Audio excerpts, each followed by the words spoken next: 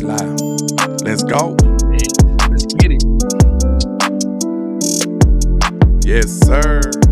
What's happening? What's happening? We trapping, we trapping. Shout out to everybody rocking, man. Y'all already know I got my boy ATM Sports in the building. Shout out to the liquor store.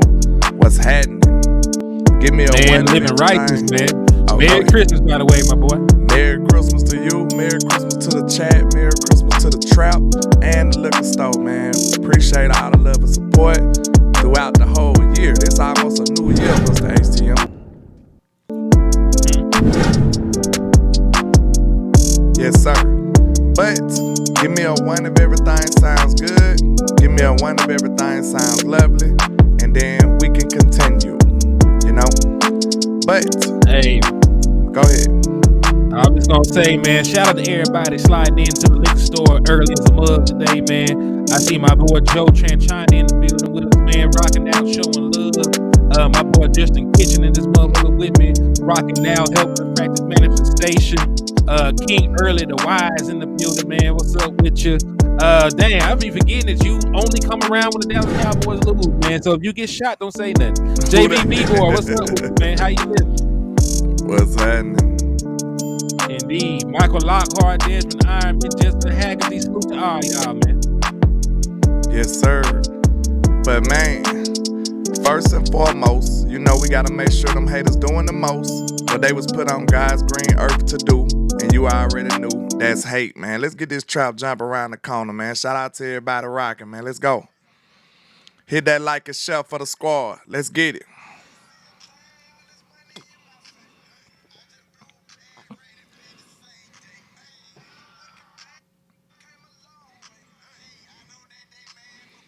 We just trapping on a Tuesday. Let's get it.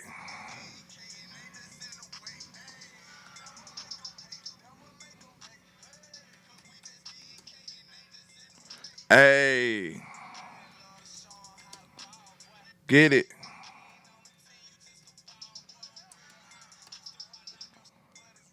On real fly.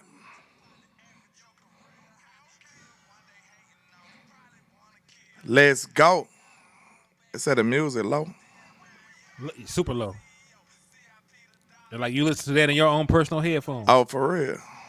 What's going on? Okay. I see what the problem is. We good now. I know that they hate the way the ball man rocking all this ball man street made on the chain. What about all this money in my face? I just blew a bag, ran it back the same day. Hey. Oh, he said there we go. Okay, we good. Shout out to everybody rocking, man. You know we building this plane in the air. Shout out to Long Haitian, that would make them hate. Let's get it. And we just get K and We do it live. We do it live. That would make them hate. That would make them hate. Let's get it. Cause we just get K and they just in the way. Hey, shout out to everybody, man, and happy holidays. We in this thing, man. Let's get it. Let's get it. Shout out to everybody rocking. Now, you might think you at school or maybe even at home or watching me through a phone, but I promise you, we drunk trapping on a Tuesday. Trap. Let's get it. Trap. I got my guy ATM Sports in the building, man. Hey, what are you feeling? How are you feeling? Just general thoughts before we get into some of this convo about your Dallas Cowboys versus these Dolphins. What you feeling like, man? I feel fine, man. You know, the Dallas Cowboys did not win the game, but you know, like in the grand scheme of things, dog, like they didn't go out here and lay an egg. I can live with losing. I can live with losing. I know you can't win every battle that you fight, but what I cannot live with is being embarrassed. They did not go out there and get embarrassed this time around. So that's how I'm feeling about it, man. Like we played a very good team. For the most part, we held them in check. Our offense had some bright spots, but you know we just couldn't put it all together. You know, it was a play here, a play there, and that was the reason we didn't get it done. Also, shout out to my boy Corey Vaughn for the $5 super chat. He said, "Got to do something about play calling." Period. There's some positives and some negatives. We're going to talk about the play calling. We're going to talk about some situational things that were done on the defense. there's plenty of blame to go around for the Dallas Cowboys not winning, but overall, man, I don't feel bad about this team. I think we played a very good team at their house, shorthanded along the offensive line, and I feel like if we had our starting left tackle, or if we played the same game in Dallas, we probably would have ran away with this game. But all shoulda, woulda, couldas, right? They're all shoulda, woulda, couldas, but I still feel very strongly about this team. Like, they didn't do anything that made me feel like they're not a contender. Facts. Shout out to everybody rocking, man. So I feel the same way, honestly. The reason I ask is because, I feel the same way, man. It seems like it was just some certain plays that kind of messed us up at the end, man. You know what I'm saying? It just felt like, it seems like when the offense was cooking, the defense wasn't cooking. When the defense was cooking, the offense wasn't cooking. So it just seems like we were just a little off, man. Them road games just be a little off. But I did see some strong showings from my defense and strong showings from my offense. We just couldn't get the plays at the end of the day to wrap it up and get the win ultimately, man. We couldn't get the stop at the end, game-winning field goal. But if you think about it, man, your team showed some backbone on the road. We're not doing moral victories, but we just speaking on what we looked at, what we interpreted ourselves. And we seen Dak Prescott put a drive together to get your team back down the field, take the lead. You want to see them type of traits. Hopefully we can transition that to the playoffs and going on forward and stuff like that, man. So, hey, that's a good trait to see. You seen your defense hold down a top-tier explosive offense. That's the type of stuff you want to see, too, on a regular basis. So, hey, this is it's bad that we got the L, but it still was some encouraging stuff that we could take from this loss we did, man. And we can say the defense did respond after getting did like they got did against the Buffalo Bills, though. They did respond. That's what I will say. Right, man. Right. So one of my takeaways from this game, though, man, and I need folks to go out here and apologize to some of the new media content creators, because they were saying that Micah Parsons at linebacker would make a difference in the run game for the Dallas Cowboys. Folks were trying to hear. They called everything outside, besides a child of God.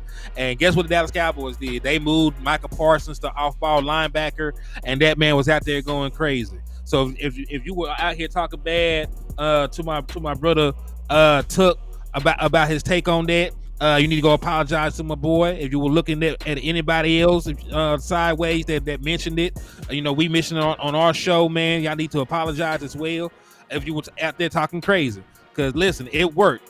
And what did they do, Landlord? Did they move into the middle linebacker? Not really. They had this man moving sideline to sideline, playing off-ball linebacker, making plays, man.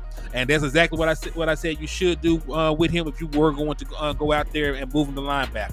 So and that's one of the reasons why I feel good, because the Dallas Cowboys, and I'm gonna give Dan Quinn some love for this, because I got some criticism for him coming up.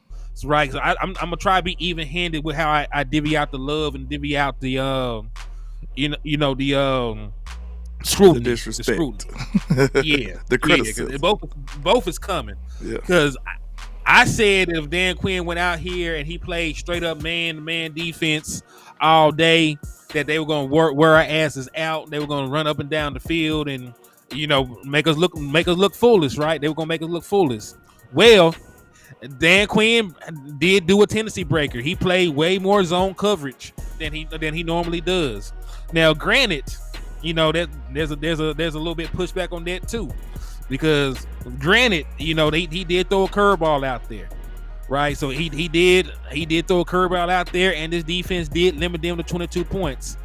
The issue was more with him, was more situational, right? It was more to the last drive. If we had the same performance and they got the drive at the end, I probably wouldn't be here talking crazy about Dan Quinn at all.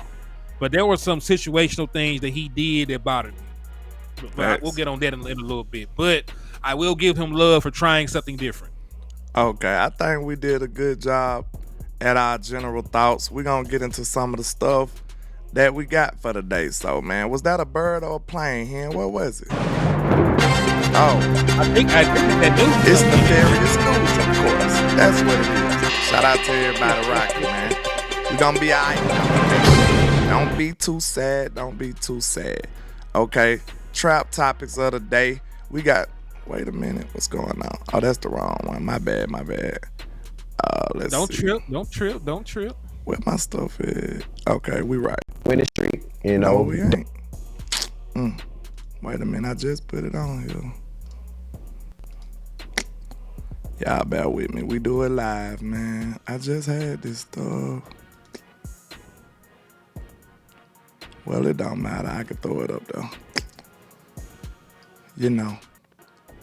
Bam. Topics. I mean, it's Mike McCarthy. number one is a loss. juggernaut game. It's what we expected. But yeah, it's situational football. The face mask was a big call, obviously in the drive. But it's That sound is in the interview, so it's nothing I can do. So please bear with us. It's a challenge in these games because it's going to come down to one play. And they probably made a play or two more than we did.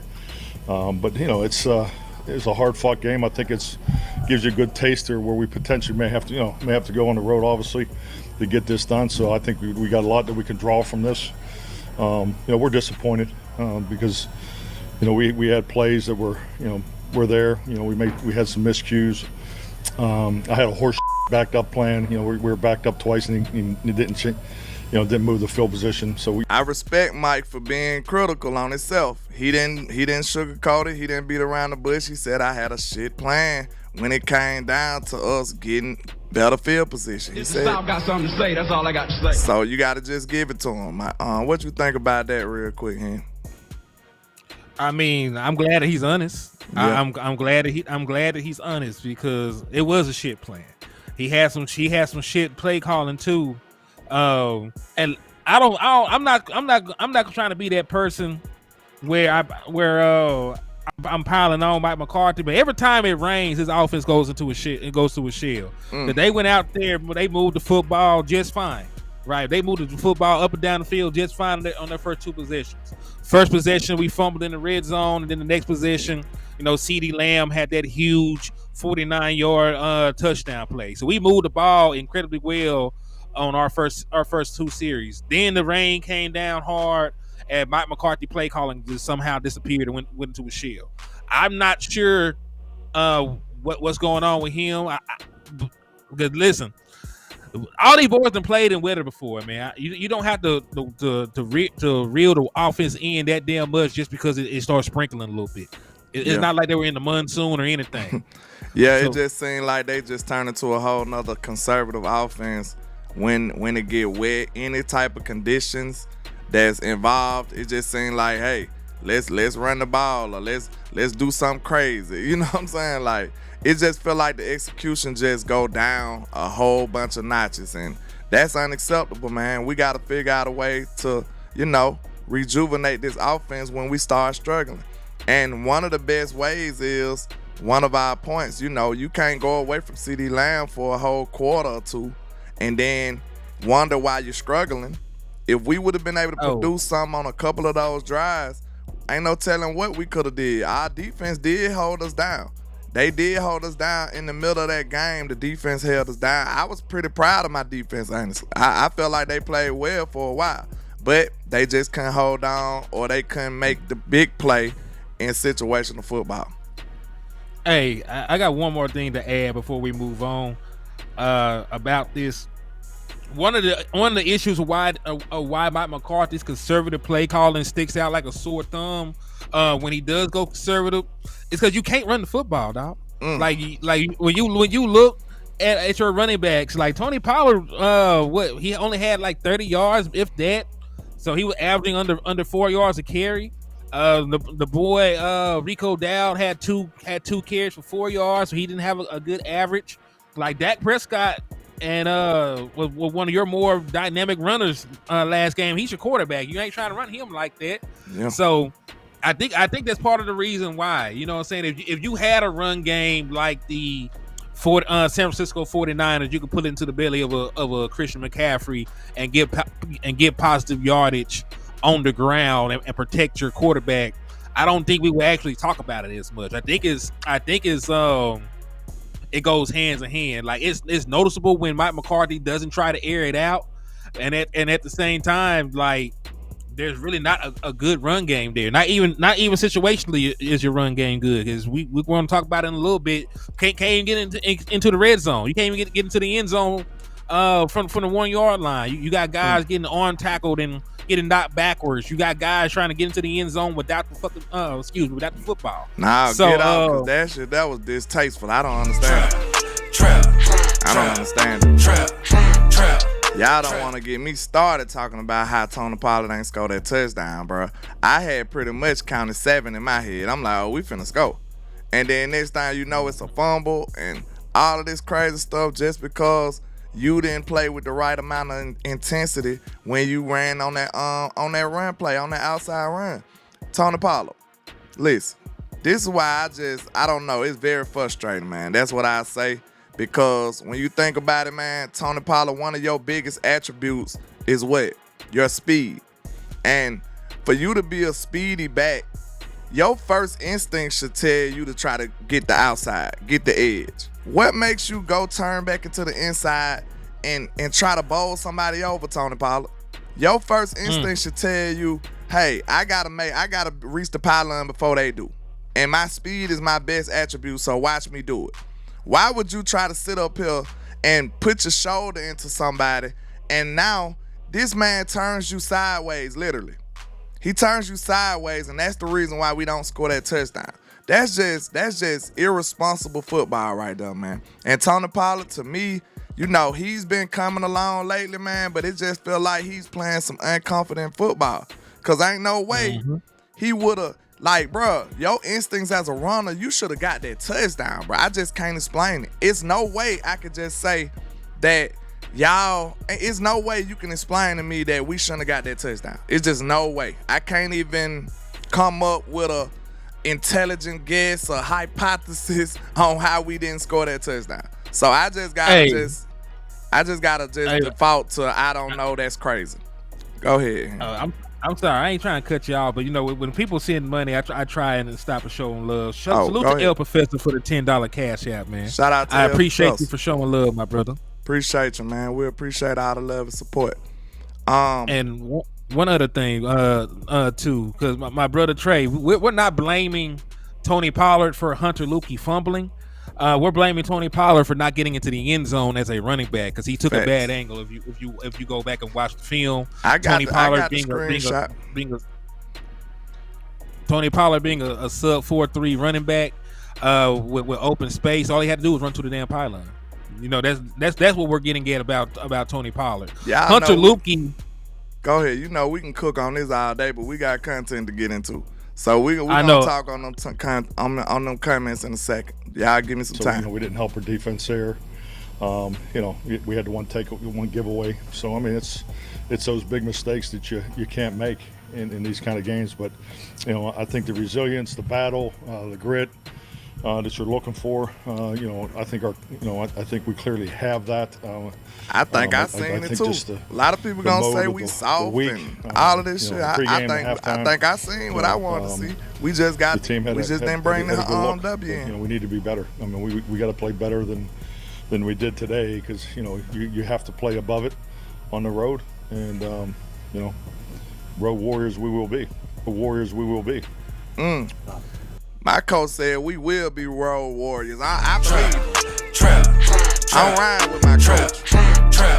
Because most of the things that he said he was gonna correct, most of the time we see this. Every time we say we have a problem, it seems like Mike McCarthy is under a lot of scrutiny or it's falling apart. To me, it seems like I see my coach riding the ship. So hey, what they say, the best way to predict the future is to look at the history. Mike McCarthy been cleaning it up as far as the rest of this season and the beginning of the season. We was stagnant and pedestrian on the offense. He said he was gonna clean it up. He cleaned it up. So it's a lot of stuff. I feel like you gotta respect what he's saying, because he's got a proven track record in improving and doing other things to be better. So hey, until he showed me differently, you know, Hey, I'm a ride with my coach. I feel like he will get it right. He will get it done. So hey, let's see. Let's get back into this interview. That's just mine. That's just my thoughts. What did they do after the first 2 drives that kind of stuff with you guys? The sound quality is pretty terrible on this interview, so y'all just gotta deal with me. But he said basically what they did after the 2 drives. After the first 2 two backed successful up series, drives. like I've already stated, we're poor.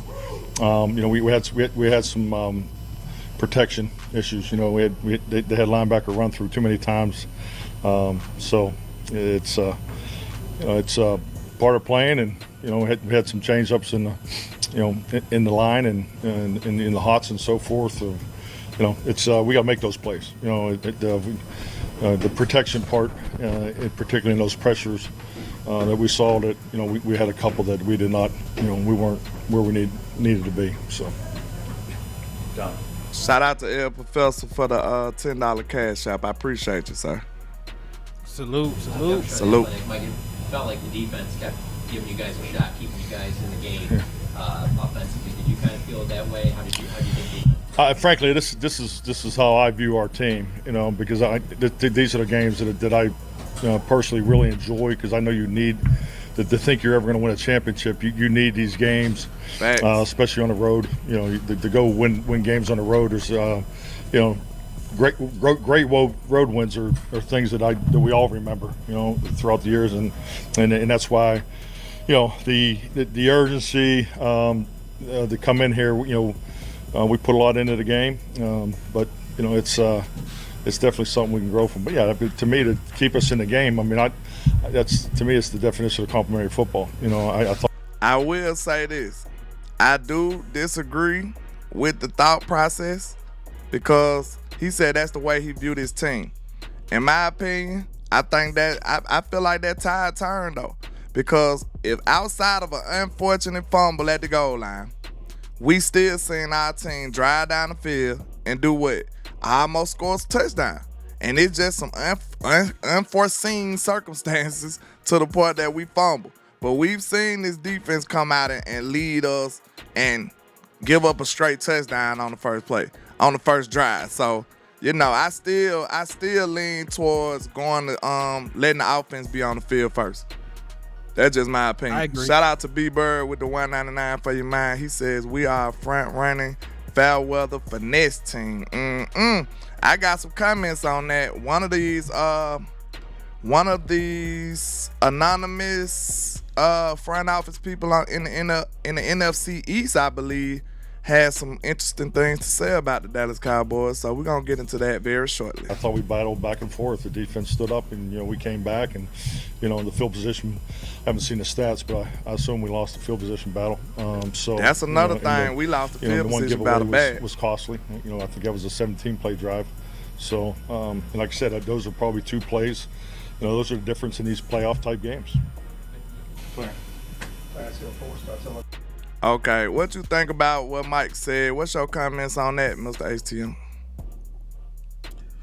Man, I fool with Mike, man, but I ain't gonna sit here and act like I'm happy with everything Mike McCarthy did, because before we even talk about Dak Prescott, we might well go ahead and segue into the Mike McCarthy segment of this show, because I got some criticism.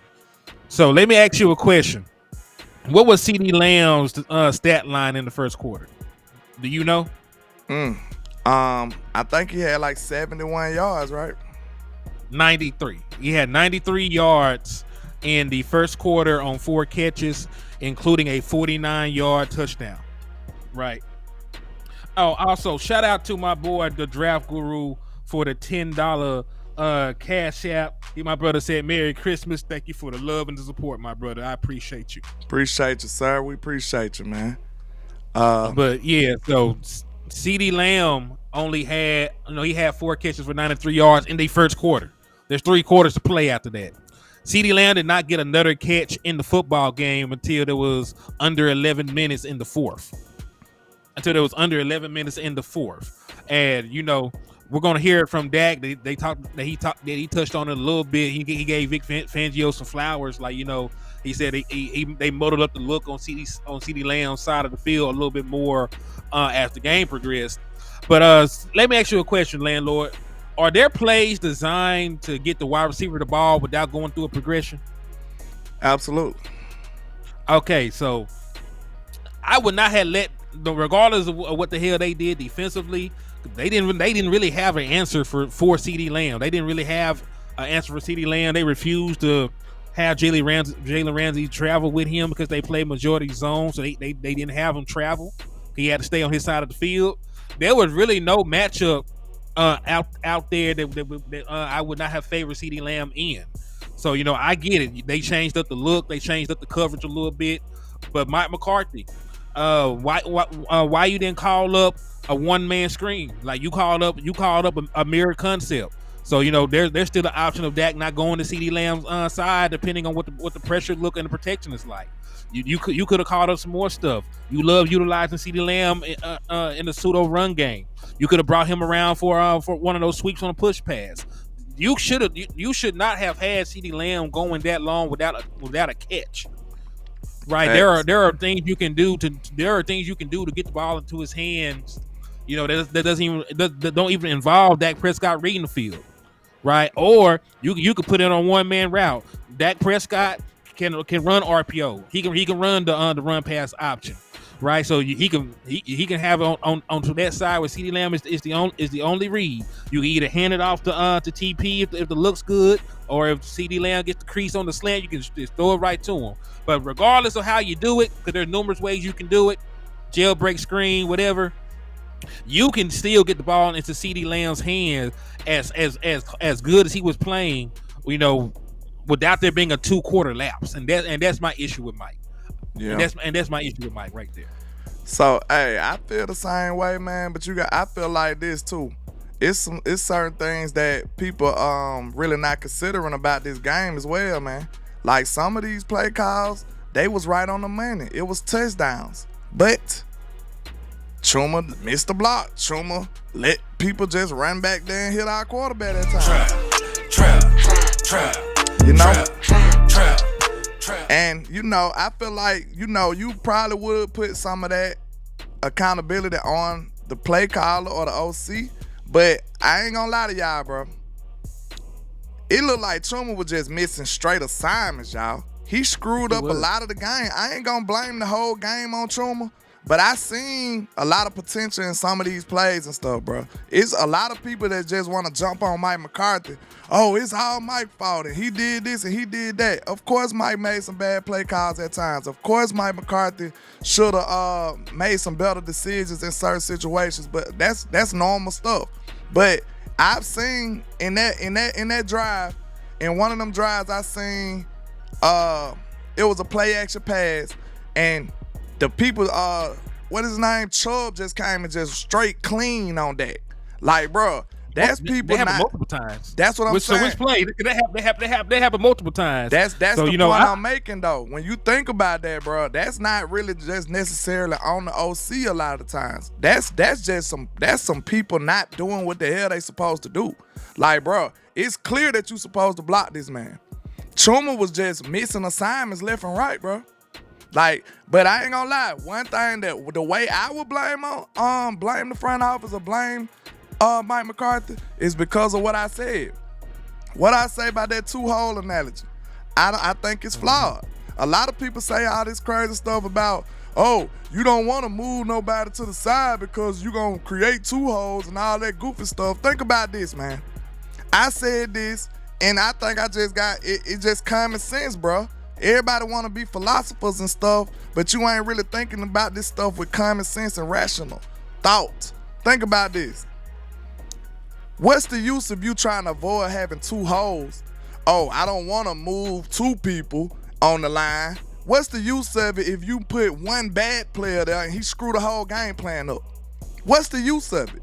All you had to do was slide Tyler Smith to the left tackle and put Chuma ass in the damn guard. We could have been straight. We could have rocked out with that. Or you could have put TJ Bass at guard. That I guarantee you, even though you moved 2 people, I guarantee you would have created 2 smaller holes, earring size holes, And that line probably would have performed to a way better level. Opposed to you trying to be a philosopher and trying to say, oh, I'ma just make one move. That one move was way worse than what them two moves would have been. You would have had a better line. What happened to the philosophy behind the best five? What about that philosophy? You see what I'm saying? But a lot of people always want to say, oh, we don't want to make two holes. We don't want to do that. That's goofiness. When this dude is just bad, sometimes you gotta do what you gotta do. Screw all that. Sometimes you gotta do what you gotta do. Well, Len, I'll say this because I agree with that, and I'll go even further. I don't even think you have a hole, if at all. I don't even think that you can consider it a hole by moving Tyler Smith to the left tackle position, and I'm going to tell you why. Because Tyler Smith, outside of Tyron, is the player on your team with the most left tackle experience. He made an all-rookie team playing left tackle just last year. So you can't even sit here and say that would be a hole. Chuma Edoga, he's played bad for you. But what I tell you before we got on the show, he ain't never played bad for you at left guard. Matter of fact, he played so well for you at left guard, I had to come on my show and apologize to that man. Hold that thought real quick, because you cooking. I hate to interrupt you, but you know, for the money. Shout out to Stargazer Sports for the love of the money. We appreciate the Star. She says the issue with the offense and the reason Dak may miss CD at times is because CD isn't first in his progression at all times. CD is engine to the offense. Of course, Star, you know, so it's you know, to some people you gotta explain that, but you know, we're aware of that. You know, CD ain't first in every progression, but maybe he should be in like 80, 85, 90% of them. But that's just really not realistic, you know what I'm saying? So I bet money I would lean towards CD being first in most of them. But continue, Hen, because you was cooking. Indeed, man. Salute to Star, because that's a very valid point. That's a good point. Yeah, damn good point. But man, I'm gonna just say it, like, Chuma Edoga ain't played bad for you at left guard. He just hasn't. If you go back and you look at pressures allowed and how he held up and everything else, you didn't have an issue out of Chuma Edoga until he had to play for Tyron Smith. That is exactly when shit went out the rails for Chuma. So, you know, at the end of the day, you know, putting Chuma Edoga at a position where he has not played well ever, because he didn't play good at left tackle for the damn Jets, who actually drafted him. He didn't play good for them there. And when you asked him to do it for you, he wasn't able to do it at a high level for you at any point this season. And that's part of the reason. You know, I know politics play a part in it, but that's like people say, well, the players lose the game. Your coach put your players in position to lose the game too, because at the end of the day, Mike McCarthy, this is your offense. You can't say that you're the offensive coordinator and this is the offensive line that you decide to put out there. The same thing with the Hunter Lukey thing. I understand Hunter Lukey fumbled, but let me ask you a question. Hunter Lukey hasn't been carrying the damn football all damn season. Hunter Lukey had 6 carries, right? He went from week 5. He went from week 5 all the way until week 15 without a goddamn carry. So why did I trust him to get a crucial goal line carry? Why did I trust him to get a crucial goal line carry, and I ain't asked this man to even sniff the damn football? He ain't touched a damn ball until last week. So this man had 1 carry in 2 damn months. He had 1 carry in 2-3 months, and I was supposed to expect for him to come out there and have perfect ball security and everything else. That is still on your coaching staff because he allowed it to happen. When you're the play caller, you're the coach, you're the coordinator, you are the people. You're playing virtual chess. You're playing chess with real live people. Well, guess what? If this was a chess match, we lost. Because guess what? The Dolphins offensive line had more holes than we did. They had a backup of the backup playing at one position. They were down 4 offensive linemen, and Tua barely got breathed on. Tua barely got pressured at all the entirety of the game, right? Yeah. So they had issues up front. They found a way to overcome it against a much better pass rush than what we had. That right? Is easy at home, though. That is easy at home. It's easier at home, but it's still doable. Yeah, you know what I'm saying? It's still doable. It's still tactics that you could have done. Yeah, for sure. Like so you know, it should have been a better game plan out the. But like I said though, bro, it really wasn't a problem till it was a problem. Like in the critical situations, Chubb running free. Like Dak doing the play action and he look up, dude on his back. Like, bro, the quarterback be in a tough situation. Everybody gonna say, oh, the quarterback, Dak terrible, Dak this, Dak this. Listen here, man. I want to be clear on this, man. If you want your quarterback to play good, he gotta trust these people around him, man. So you gonna be mad at Dak because he trusts that Schumer should make his block. That's the only way Dak can do his job. He gotta trust these people. This is who on the field, sir. So when he doing this, that's why I ain't gonna lie. Dak, you gotta think, bro. This is Dak money machine right here. Tyron Smith, bro. I promise you. I said this before, and a lot of people don't get what I mean. Dak's trust for Tyron Smith is just like top tier. It's unbelievable. He trusts in this man wholeheartedly, like blindly, to the point where this right here gonna let you know how much Dak trusts him. When it comes to Tyron Smith, bro, when Dak gets sacked from the left side, when Tyron on the field, it looked like Armageddon. It looked like doomsday. Like, it looked like, oh my God. Look, Dak don't pay that. I promise y'all, I watch enough film and I stand on this. If somebody want to challenge what I say, I promise you we can do it. You can call in. You can come on the show. Listen here. Bro, when Tyron Smith is in the game, Dak Prescott trusts him wholeheartedly. So when it comes to somebody beating Tyron, Dak might get clobbered because he ain't even paying no attention to that side of the ball. Nah. So he don't even feel like he in danger. Man, Dak don't care. Let's just say he just like Dan Quinn when it comes to the linebackers. He don't give a damn about the left side of the ball when Tyron Smith in there. I promise y'all, I see the comfortability in Dak Prescott when he playing with Tyron. So when he's not there, that's a whole different element. He could try to pretend in his head like, hey, I ain't studying the left side. Then next thing you know, somebody breathing down his back. Like, hey, y'all can say what you want. Without Tyron Smith, bro, that's a tall task for Dak Prescott mentally and far as the game plan go.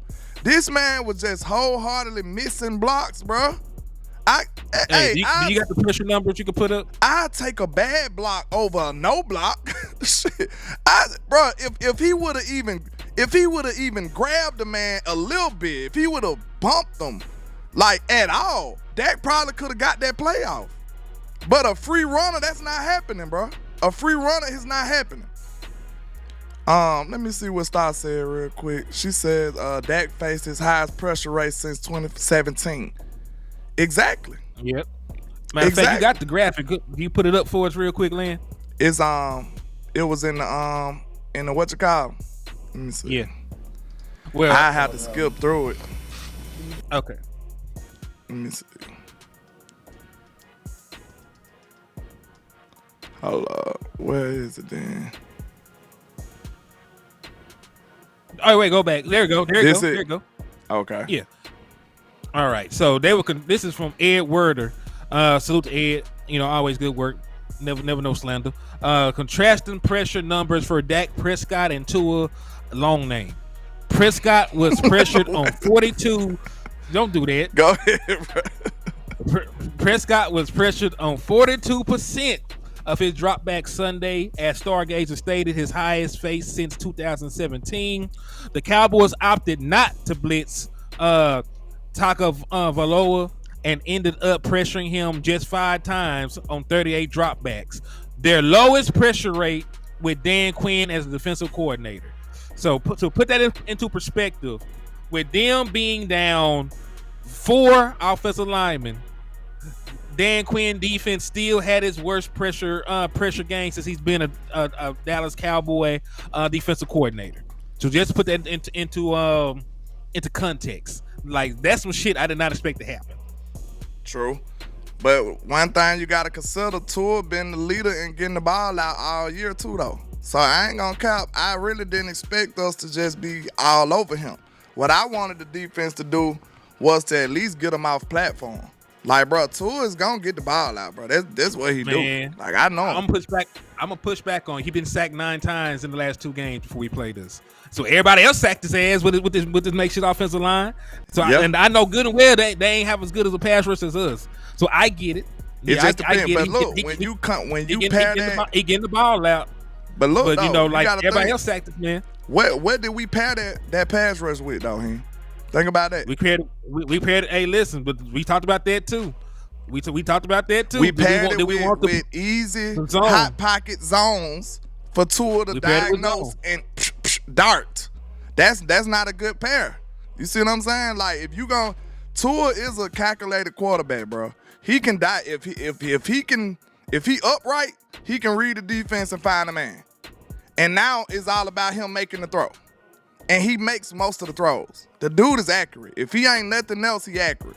So that's the whole point. Like that's a marriage. That's a relationship. You can pressure all you want to, but if you giving them easy outlets, you doomed. You know what I'm saying? If you giving him easy pockets to throw the ball in, easy throwing lanes, boom, boom, one read throws. Like what you want them to do? You know what I'm saying? Like so. I understand what you mean, but we'll have to go back and look at what those other guys was doing. They might have been playing man defense and jamming these boys up. You know what I'm saying? They might have been doing some combination coverages or something. Like we don't know what they was doing. But if you don't pair the front end with something decent on the back end, like a quarterback like him, he's just gonna he'll matriculate down the field and throw 5-yard passes, 10-yard passes. He'll do that. He's patient. He know he gonna get an explosive play out the while. And we still limited him in that area. But they just matriculated down the field patiently and kept putting up points. Where they really didn't even score no touchdown. So that's the way you play them, honestly.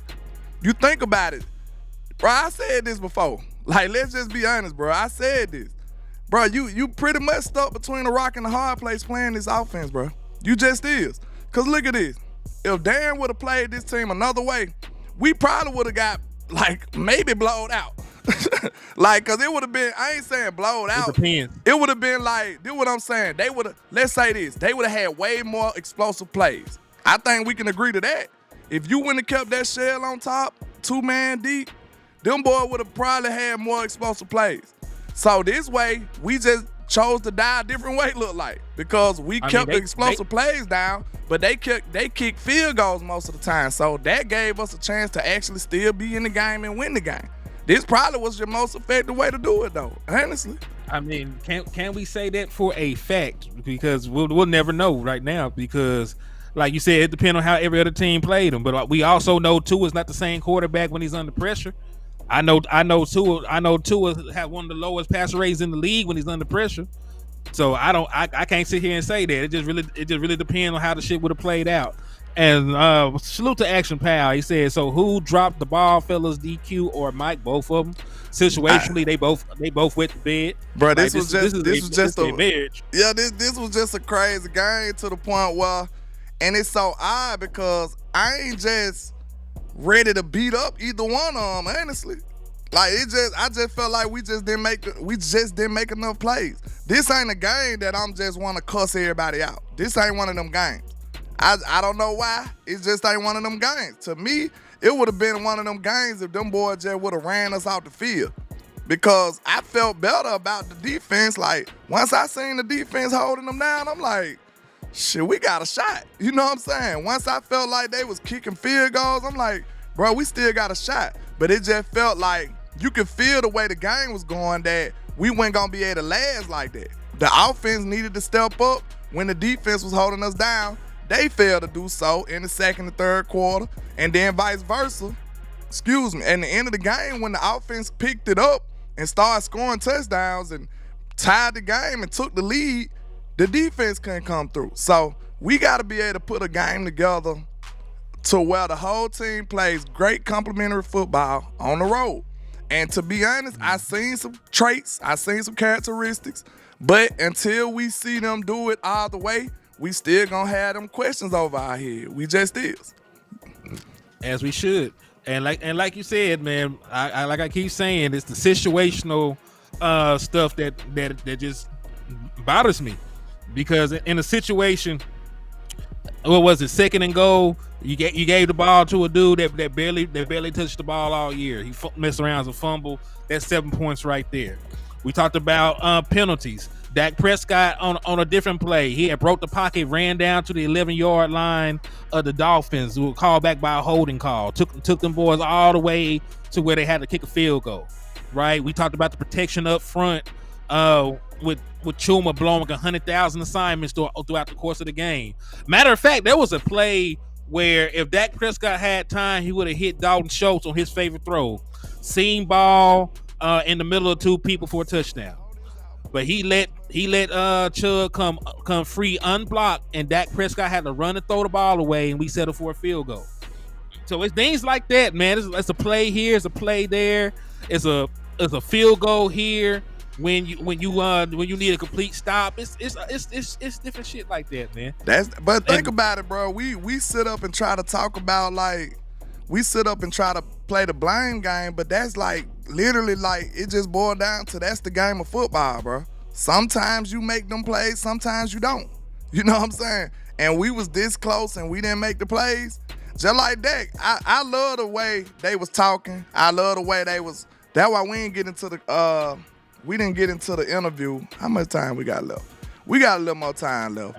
But I like the way that Dak and them was feeling in the interview. They look, man, we lost the game, but at the same time, bro, we sitting up here talking like this team just can't do this stuff on the road. But if that man would have missed the field goal, this would be a different conversation right now.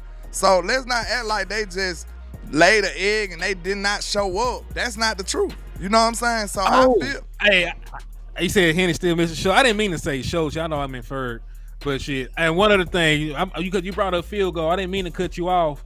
Tell me why the field goal kicker from 50 yards plus before this game was 6 of 16.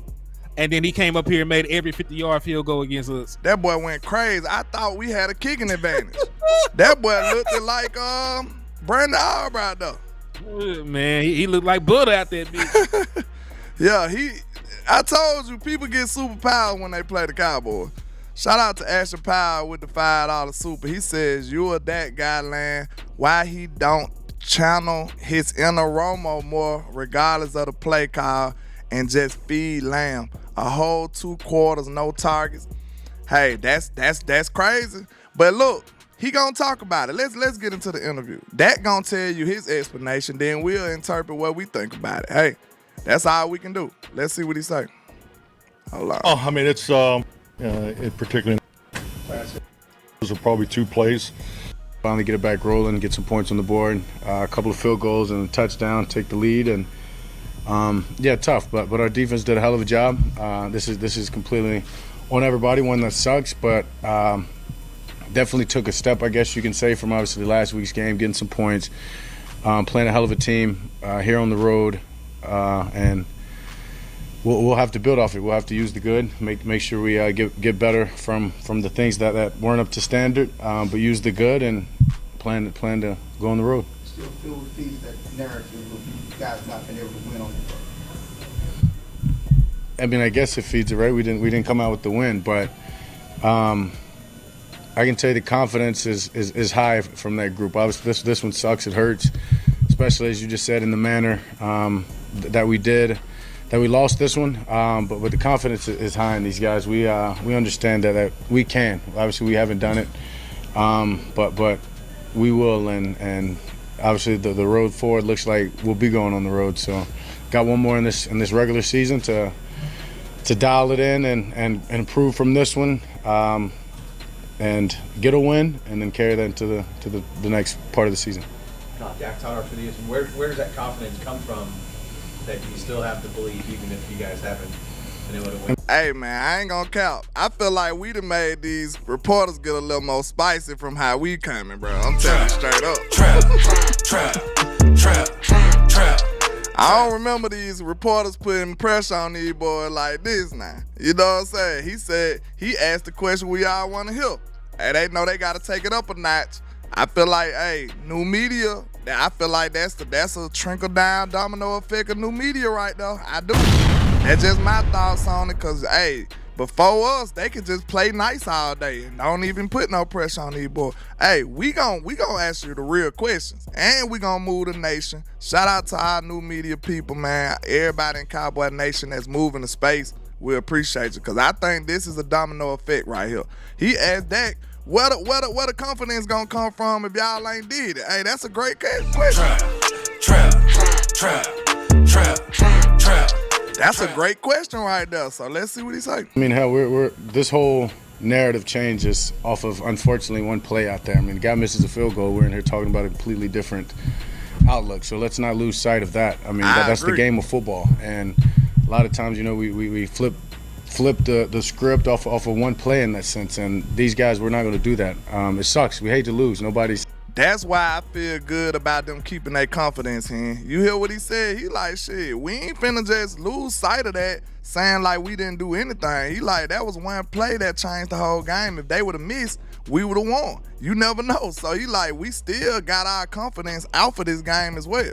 So what you think about that, Hen? Shit, man. Like Dak Prescott has been holding his nuts all year, man.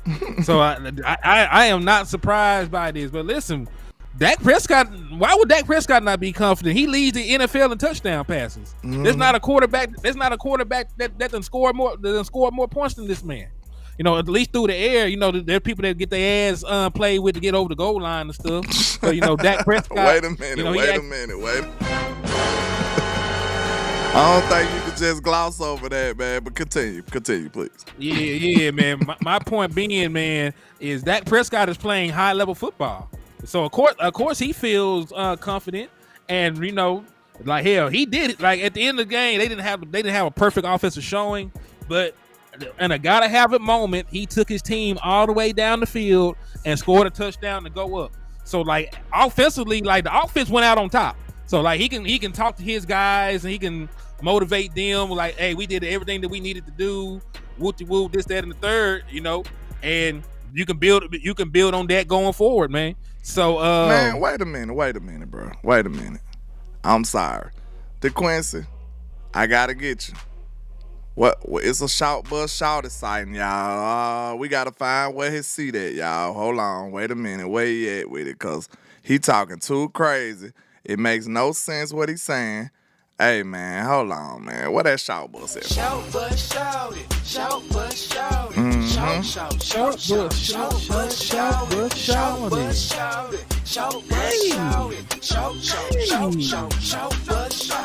If he never showed up in big games, Mr. DeQuincy, what do you consider big games? Because it sounds like you just cherry pick what you consider a big game, sir. We don't got time for that. Trap. When Dak led your team back in Seattle, what did you feel like? You felt like that was a big game? Because if we would have lost, it would have been a big game to you. You see what I mean? You can't satisfy these people, bro. I don't got time for this, man. Look, I don't argue with terrorists. What they say, we don't negotiate with terrorists. We don't negotiate with terrorists, DeQuincy, because that's on you. Look at you. If Dak would have lost that game, now it's a big game. You see how people gonna make their own narrative? Like, it don't matter what happened, he's still gonna steer the narrative to where he wanted to be. You see what I'm saying? This is why you cannot negotiate with terrorists. You do not argue with fools, because people from a distance can't tell who is who. Shout out to Hov, man, because we ain't got time for that foolishness that he on, man. We ain't got time for it. Trap. Was Philly a big game? Was Seattle a big game? And then Dak showed up this game. So what are you saying? Oh, wait a minute. Joe, he said if Miami has the high power offense, how come Eagles beat them and we couldn't? The Eagles played them without Jalen Ramsey and Xavier Howard for one. And then they played them at home. They had an anomaly in sports, Mr. Joseph Gardner, to the point where, look, I say this, let me know what you think of this, Mr. Joseph. Like, hey, honest interpretation. I understand your standpoint. Just answer my question. Do you think it's peculiar that they had zero penalties in that football game? All I'm going to ask you is, how many teams that's even halfway good gonna lose a game that they got zero penalties in? That's all I'm asking. At home, these boys literally got zero penalties, bro. That's unheard of. In sports, in football, in the NFL, zero penalties? There's penalties on every play. You just If don't call you it all know the time. football, you understand that it could be a penalty every play, especially on the O-line in the trenches. It's basically a hold every play. So I just want to know what your honest interpretation is on that. Does that even sound logical? Because I'm sure, Mr. Joseph, you done watched a lot of football in your day. You can count on your hands how many teams that done played a whole football game with 0 penalties. I think any team that do that gonna win most of them games. I'm just saying. Mm-hmm. I'm just saying. And you will never, as long as you live, you probably won't see a Cowboys game like that. You won't see a Cowboys game like that. You know, ain't no way in the world they gonna let us go through like that. 0 penalties? Man, get out of here. And then Philly was running the ball. Y'all know it's hard to run the ball without no penalties, bro. They was running the ball against Miami. Trey Funny said Dak should have thrown the flag. Hey, Dak got to do everything. Dak got to block for himself. He got to ref the game. He got to catch the play. He got to catch the ball. This crazy, bro. But I'm just telling you, like, I see when y'all say stuff, you know, he did it in a Super. I just be wanting to see the response too, man, because this an honest question. I'm not trying to, you know what I'm saying, go in on you now. I just want to know what your thoughts is on that, you know? I mean, just feel like listen, your chances shoot through the roof if you play a game with no penalties. He said, we don't know shit, the Queen said. We knew what the hell was going to happen when we watched the football game. So what we talking about? Like, how many of these quarterbacks that y'all dick ride didn't win a championship to the after their 30s? Drew Brees was 30-something when he won the Super Bowl. Peyton Manning was in his 30s when he won the Super Bowl. Matthew Stafford just won the Super Bowl the other day. He been in the NFL 30,000 years, man. So what are we talking about, man? You know who somebody is until they ain't. Facts. You know what I'm saying? You know who somebody is till they ain't, man. So we ain't gonna do that. Especially not off a year where he is playing good football. Like it was last year, you know, I let you get off a little bit. But you see, like, individual performances, you know, don't sit well with y'all. Y'all don't know what you want. When we win games and Dak Prescott don't have good numbers, you know, like, y'all upset with that shit. When Dak Prescott numbers are fantastic and we don't win games, y'all upset with that shit. So what y'all really are telling me, y'all want Dak Prescott to win every game, have every good stat, every good completion percentage, every good touchdown, everything, and then go on to win a Super Bowl MVP and everything else. Like, y'all want too goddamn much out of life. I just want us to win and Dak Prescott play decent. What it is, bro, they already got what can I say? They already got a thought on Dak Prescott that will never waver. So a preconceived notion. Yeah, they got a preconceived notion about Dak Prescott to the point where he'll have to part the Red Sea for them to consider to think differently. Like, it made them type of people, like, they would have rather crapped in their hands and clapped than say Dak Prescott name in the MVP conversation. This is the reason why you can tell they just got a preconceived notion that will never go away. That dark cloud gonna always be on them until Dak win the Super Bowl. And that's a terrible way to look at any player. Like, it is. So you just gonna say everything on his shoulders. That's just goofiness, man. That right there shows that y'all take the low-hanging fruit and don't really realize how this football game go. And then the sad part about it, bro, excuse me. The sad part about it, this was really frustrating. The day Dak really do it, they gonna be mad that he ain't do it like they wanted him to. Trap.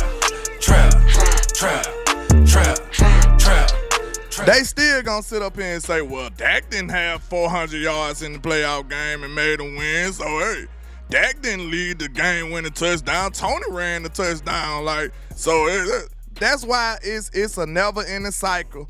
It's a rabbit on a wheel, a hamster wheel. It's a treadmill arguing with these people because they make no sense and they will never get off of their takes. They believe in it. And I don't even really understand how they even consider themselves Cowboys fans. Like, if you forever gonna hate on your quarterback, that means you are invested in the failure of your team. You know, you too heavily invested. So you might as well just go into hibernation, Don't worry about this team until Dak Prescott leaves. If that's what it takes for you, please get away. That's all I'm going to say, because I feel like he can do it. Look at this. Everybody want to dog Dak Prescott out, but look, this some people ain't even going to say. They going to push Lamar Jackson to the top of the MVP conversation, but literally, Lamar Jackson and Dak Prescott damn near had the same game Sunday. Trap. They basically had the same game. Dak had 2 touchdown passes. Lamar Jackson had 2 touchdown passes. Lamar Jackson threw for 250-something yards. Dak Prescott threw for 250-something yards. And this is on the road. He was on the road. So, look, the difference is his team got 4-5 turnovers. The difference is Dak Prescott team did not. So, but they gonna take that narrative and say, oh, Lamar Jackson is here. Wow, ooh. But Dak did the same exact damn thing, but they ain't gonna do nothing but hate on him. Lamar Jackson had 50-some yards rushing. Dak had 25. God damn it. What do you want from the man? This is ridiculous, y'all. Y'all ain't really listening. Y'all just ready to take that bait. Take that bait. Soon as these goofy people make these videos, they take that bait. Take that bait. Every single time. And y'all sit up here and fund these people that dog your team with illogical ass takes every day. I just don't get it. But hey, Couldn't beat me. they don't, and half the people, we sit up here and give you logical and rational ideas and takes and analysis, and they don't even want to support new media like that. Trap. You want to know what they research is? This they research. They sit at a desk, and then one of these interns come in there and knock on the door. Hey, Mr. Bayless, here's your stuff. And he be like this. Okay, bet. That's their research. But us, we go do our own analysis all day long. We watching film. We looking at stuff. We looking up stuff. We looking at defenses. We looking at this. We looking at that. But y'all go support people that just get a paper and a teleprompter in front of them and read off the script. And then look at us sideways. Do y'all understand that? These people go get researchers and all they do is just look at what the researcher said and make narratives out of it. We go get our own information. We do the real research on your team. I'm willing to bet I can go toe-to-toe with any of them people about my team. You see what I'm saying? So I think y'all need to readjust the way y'all view stuff, the way y'all view us, for sure. Because we the ones putting in the work for us. Like, hey, y'all better ride for new media because we ride for y'all. Let's go. Trap. Straight up. Trap. We ride for y'all with it. And hey, I feel like I can speak for the whole nation. We ride for y'all. But one thing for sure, I'm riding. Like, real talk, I'm a ride for sure. So go ahead, bro. Yo, I was just gonna say, man, and like you said, the hate for Dak Prescott is illogical because the Quincy said he'll take Lamar over Dak, even though Lamar has less playoff wins than Dak Prescott. But Dak Prescott's the one that doesn't show up in big games, remember? Hypocrisy of his finest. So that's why we always play short boy shorty when we see Ken Folk because it be talking. He don't know what the fuck he talking about. But let's continue though. Yeah, man. Hey, we got time today, y'all, man. Y'all hit that like, man. Support this stuff, man, if y'all enjoying this, man. Y'all got me mad and cooking today. This early. This is the day after Christmas. We supposed to be smiling right now, man. What's going on? Trap. Hey, we cooking for y'all, though, man. Let's keep this thing going, man. Y'all make sure y'all support the space. Let's go. Taking any moral victories from this. We will take some confidence, but we're not taking any moral victories. But my point is, if he misses that field goal or one earlier, we score earlier. You know what I mean? Like, and it's a different game. So we're going to be committed. I think to answer your question is this brotherhood, what we're committed to. We're committed to one another, holding each other accountable in our goal. And we just got to capitalize early, obviously on that first drive, and then defense will probably say that they need to get that stop, but they did a hell of a job. We got to find a way to put in more points as an offense, and we will. Facts. Saad Yusuf, The Athletic. You mentioned that first drive, just, you guys win the toss, receive, go all the way down. How demoralizing is it when you can't come up with even 3 points, let alone 7? It sucks, but demoralizing isn't quite the word. You got to move on fast, especially that being the first drive of the game.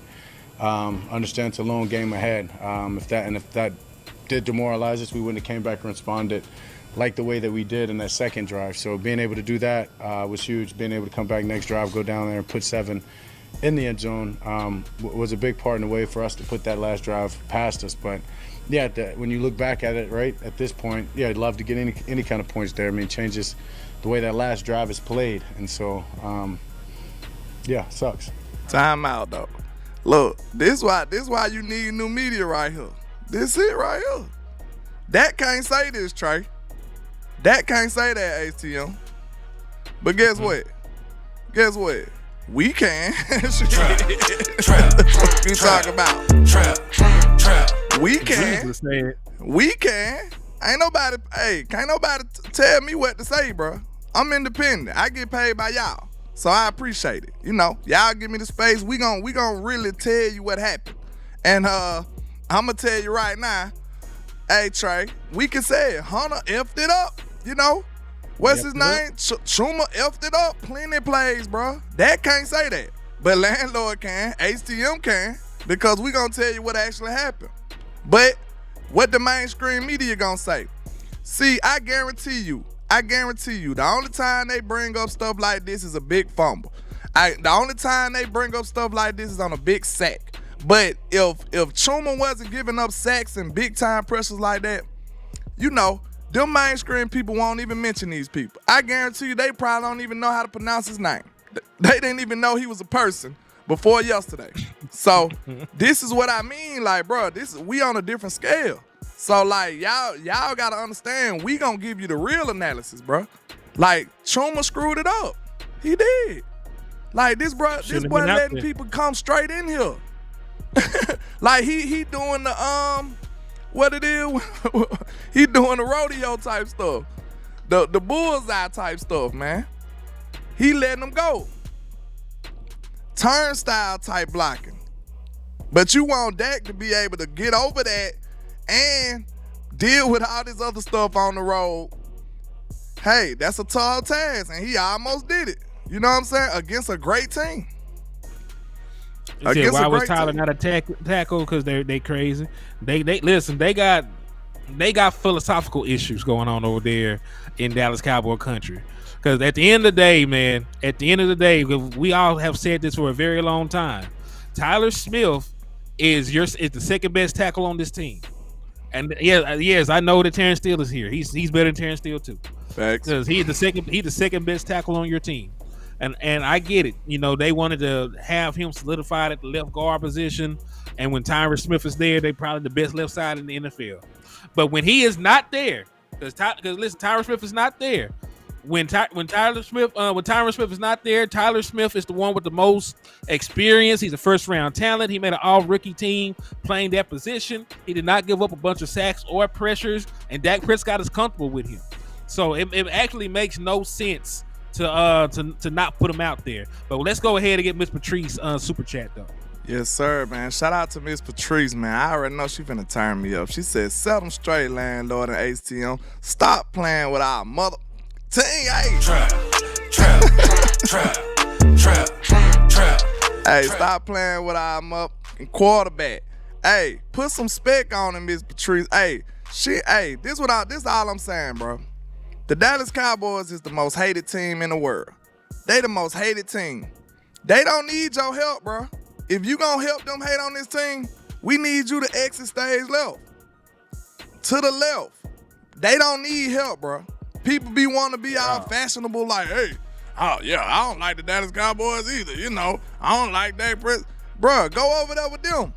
Because talking like that, all that energy is not gonna help us, bro.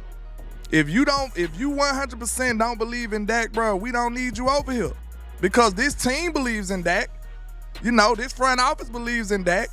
This fan base believes in Dak. If you're not one of the people who believe in him, you can't be a part of this. You just can't. I'm sorry. I don't see how people don't equate the two with each other. Like, Dak's success is the Cowboys' success, bro. You can't have one without the other. You just can't. So I don't even know how it's a place for people like this. Like, I'm not telling people how to fan. This is my suggestion. I just said it. If you don't believe in Dak, bro, go hibernate for about 5-6 more years. Go hibernate for about 5-6 more years, and we probably have another quarterback by then. Maybe. Maybe. It might he'll probably take be 10. here. He's 30. He'll probably be here till he's 37, 38. You gonna have a long ass time. It Man. might Y'all take kids be 10. done graduated. So just wait. Yeah, y'all kids be done graduated, man. Done left the house and went to college and some more stuff. You know what I'm saying? You finna retire from your job, and Dak Prescott still the quarterback for the Dallas Cowboys. You pressed and stressed every Sunday, every Monday night because you hate Dak Prescott, but you love the Dallas Cowboys. So you hate to see him win. So you hate to see him win, and you feel some type of way when they lose. Because yes, you're happy that Dak. You can point the finger at Dak Prescott, but you're a little sad on the inside because your team lost. They finna talk bad of you at work. So I don't know, man. Y'all weird. Y'all weird as hell. I'm on the right side of history with this, man. Facts. You know what I'm saying? I'm on the right side of history. I support my quarterback while he's still here. And yes, somebody in the chat box said the fan base is split on Dak Prescott. There are folks that know football, and then there are folks that are fans. Folks that know football like Dak Prescott, right? They either they like Dak Prescott or they think he's a good enough quarterback to win the National Football League. The folks that do not like Dak Prescott don't really know what the hell they talking about. So we just pray for them, and we continue on about our way. And they cherry pick on every narrative they make. This all I'm gonna say. You supported Romo, and Romo supported Dak when he got his job took. I'm sick of y'all. We know what your problem is, man. Romo didn't get it done. Romo had to go. His body let him down. He had to go. Dak Prescott emerged. Okay? You know what I'm saying? Take that how you want to, bro. It's over with. You know what I'm saying? Romo is over, bro. He on CBS looking weird in ugly sweaters and stuff, bro. That's what he doing. You want to go let your team be CBS then, bro. You know what I'm saying? You with the CBS Cowboys. You with the CBS Cowboys. That what you be with. Go ahead, man. Hey, I'm sorry. I'm just gonna say, I got time today, bro. I feel the same way, bro. I got feel time the same today, way. bro. Go ahead. But listen, I'm just gonna say this. Y'all realize y'all could have ended up with Paxton Lynch instead of Dak Prescott, right? And listen, that's a damn lie, DeQuincy. You up here talking about Tony Romo showed up against all competition, but you forget those games at the end of the season, win to get in, and he was out there throwing back-breaking interceptions to lose the game. You forgot about that shit, right? What about all them down 8 and 8 seasons he done had? That's exactly what I'm talking about. Win to get in, and he never got in, right? We went 8-8, 3 consecutive seasons with Tony Romo as the quarterback of the Dallas Cowboys. Had a 6-10 season in there too. So what are we talking about? Why are y'all out there making up shit? Why y'all making up shit about Tony Romo? Dog Romo just because of this dude. Because I like Romo. But if you want to get technical, bro, we know what happened in the Romo days, bro. We know what happened. We was there. So let's not act like Romo was this savior. He wasn't. You know what I'm saying? He had his opportunities too. You know what I'm saying? He did. But he didn't get it done when the rubber met the road, he didn't get it done. I need people to stop rewriting history. You like Tony Romo, you miss him, you wish he had did better, so now you make all the excuses in the world why he didn't win. Do y'all not remember in 2007 when Tony Romo had Terrell Owens, one of the greatest wide receivers of all time, and we did not win a single playoff game? Do you remember in 2007 when he had Jason Witten in his prime, one of the best tight ends to ever play, and we did not win a single playoff game? And people talk, the offensive line. Let me show you the offensive line that Tony Romo had in 2007. Half the motherfuckers made the Pro Bowl team, man. Did y'all forget about the Dallas Cowboys offensive line in 2007, man? Hold on, man. Let me go through this roster real quick. I'm sick of y'all playing. Give me 1 second. We got another shout bus in the building. Good grief. Hey. Good grief. Shout but shout it. Shout but shout it. Shout but shout it. Hey, I got time today, bro. Landlord dangerous. Hey, I'm hell when I'm well. Y'all better quit playing, bro. You don't know where you at. You must don't know where you at. I'm not finna stand for this foolishness, bro. I'm not finna stand for it, bro. Because I let y'all eat when a lot of the times I might not have time. I might have to go to work shortly after. Well, I'm off today. We got time today, sir. Trap. You finna get it today. Trap. For all of y'all been sneak dissing and then running away, hey, I got time today. It's up today. It's smoke today. Pass me a lighter today. Hey, yo, pass me a lighter. I'm trying to smoke me up. I'm sick of it, bro. Y'all be throwing rocks and hiding your hands, but I'm here today. I open up the phone line. You got something to say? Let me hear it. Let's go. I got something to say. That's all I got to say. I'm here today, bro. It's up today. It's smoke today. It's whatever you want it to be today. You know what I'm saying? Because people be trying to get off and then run away. Nah, we here today. So whatever your take is, whatever your problem is, whatever your issue is, let's do it. That's all I'm saying, bro. Y'all be talking all tough and then running and don't even have no real stuff to stand behind y'all takes. We're not playing with y'all no more, bro. We ain't playing with y'all today, bro. That ain't what we doing. We got time today. The Quincy, you want to talk, we can open up the lines. Whoever the other dude was, you know, the other guy, the other fella, the other character was, hey, we can open up the phone lines and hear what you got to say. Do you got actual, valid points to stand behind your takes? Do you actually got any type of, stuff that you want to show to support your takes? Hold on. Salute to my boy, Joseph Gardner. Bro, how are people not seeing Dak is the one? He is Neo. He's going to lead this team to the promised land, period. Right. And guess what? Romo believes in Dak too. That's why he walked away with class. I agree. Because listen, man, Dak Prescott is literally playing like a top 5 quarterback this year. Like, you can't even say top 10 because people just throw top 10 out there to be as a backhanded compliment. No, he's playing like a top 5 quarterback this year. Top 5, because listen, it's crazy to say it out loud. He's having a much better season than Patrick Mahomes, goddammit. Facts. He's having a better season than Patrick Mahomes, who's supposed to be quarterback Jesus and get it done with any and everybody in the world. He's having a better season than Brock Purdy is now. He just went and threw away his MVP odds, right? People talk about Lamar Jackson be the MVP front runner, but Dak Prescott got more touchdowns. Got more total touchdowns. He got 32, and Lamar got 24. So what are we talking about? Like, Dak Prescott is one of the best quarterbacks in the league right now. This all I'm saying right now, bro. This all I'm saying. I just don't understand you people.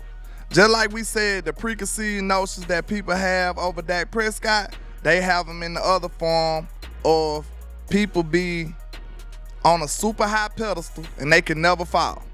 You see what I'm saying? It's the same thing. These people push their narratives upon everybody and make content to push their narratives and agendas. We're not doing that over here, man. This all I'm saying. Patrick Mahomes can play like pure shit for a whole season. It don't matter because he's already labeled as a QB god. So it ain't nothing he can do to make him drop. Josh Allen been playing terrible for 2 years. Even though he beat us with a handoff to somebody belly. Listen. This man been playing bad football for 2 years, leading the league in turnovers for 2 years. Basically, you know what I'm saying? But actually has been leading the league in turnovers since he came into the league, but continue. I'm saying, with a resume like that, but look, I still see people put him in the elite category. Not just good, he's elite. He's a game changer. He's this, he's that. These preconceived notions work both ways, bro. When they get a person on this pedestal, if he start out there in their mind, they'll never let it go. If he start off on the ground, they'll never let him rise. So I can't do that, bro. If you gonna be a real honest person, that's dishonesty. You know what I'm saying? That's really nasty work when you consider that. Cause with new information, your take should change. That's honest interpretation. That's honest analysis. With new information, your ideas and your opinions should change on these people, bro. That's just how it should go. Shout out to El Professor with the $1.99 for your mind. He says, "Go off, y'all. I'm at work dying." Hey man, it just feel like one of them days, man. We finna kick off for the new year, cause I'm sick of these people playing with us, bro. And shout out to John Jones. He just wanted to show a little love with the $2 super, man. I appreciate you, sir. But that's real love. It's just Trey said, "What's up with the Lions?" We gonna get on the Lions later on tonight, man. Yeah, it's just one of them days today, man. It's just one of them times where you gotta just add out. Cause you gotta separate the real from the fake sometimes, man. You know what I'm saying? I be Mr. Nice Guy a lot of the times. I let you get off. But hey, I got time today. I told you. We finna get into it. So, hey, if you wanna call, we can do that. Hey, put a phone sign in there. We can pull it off. You know what I'm saying? We can pull it off. But let's continue, man. So hold on, Go ahead. Quincy. So he said Dak didn't We take ain't off finna till we argue played with the this Quincy week. all day. Go on, get him now. I'm gonna get the last one out. We gonna be done with his ass.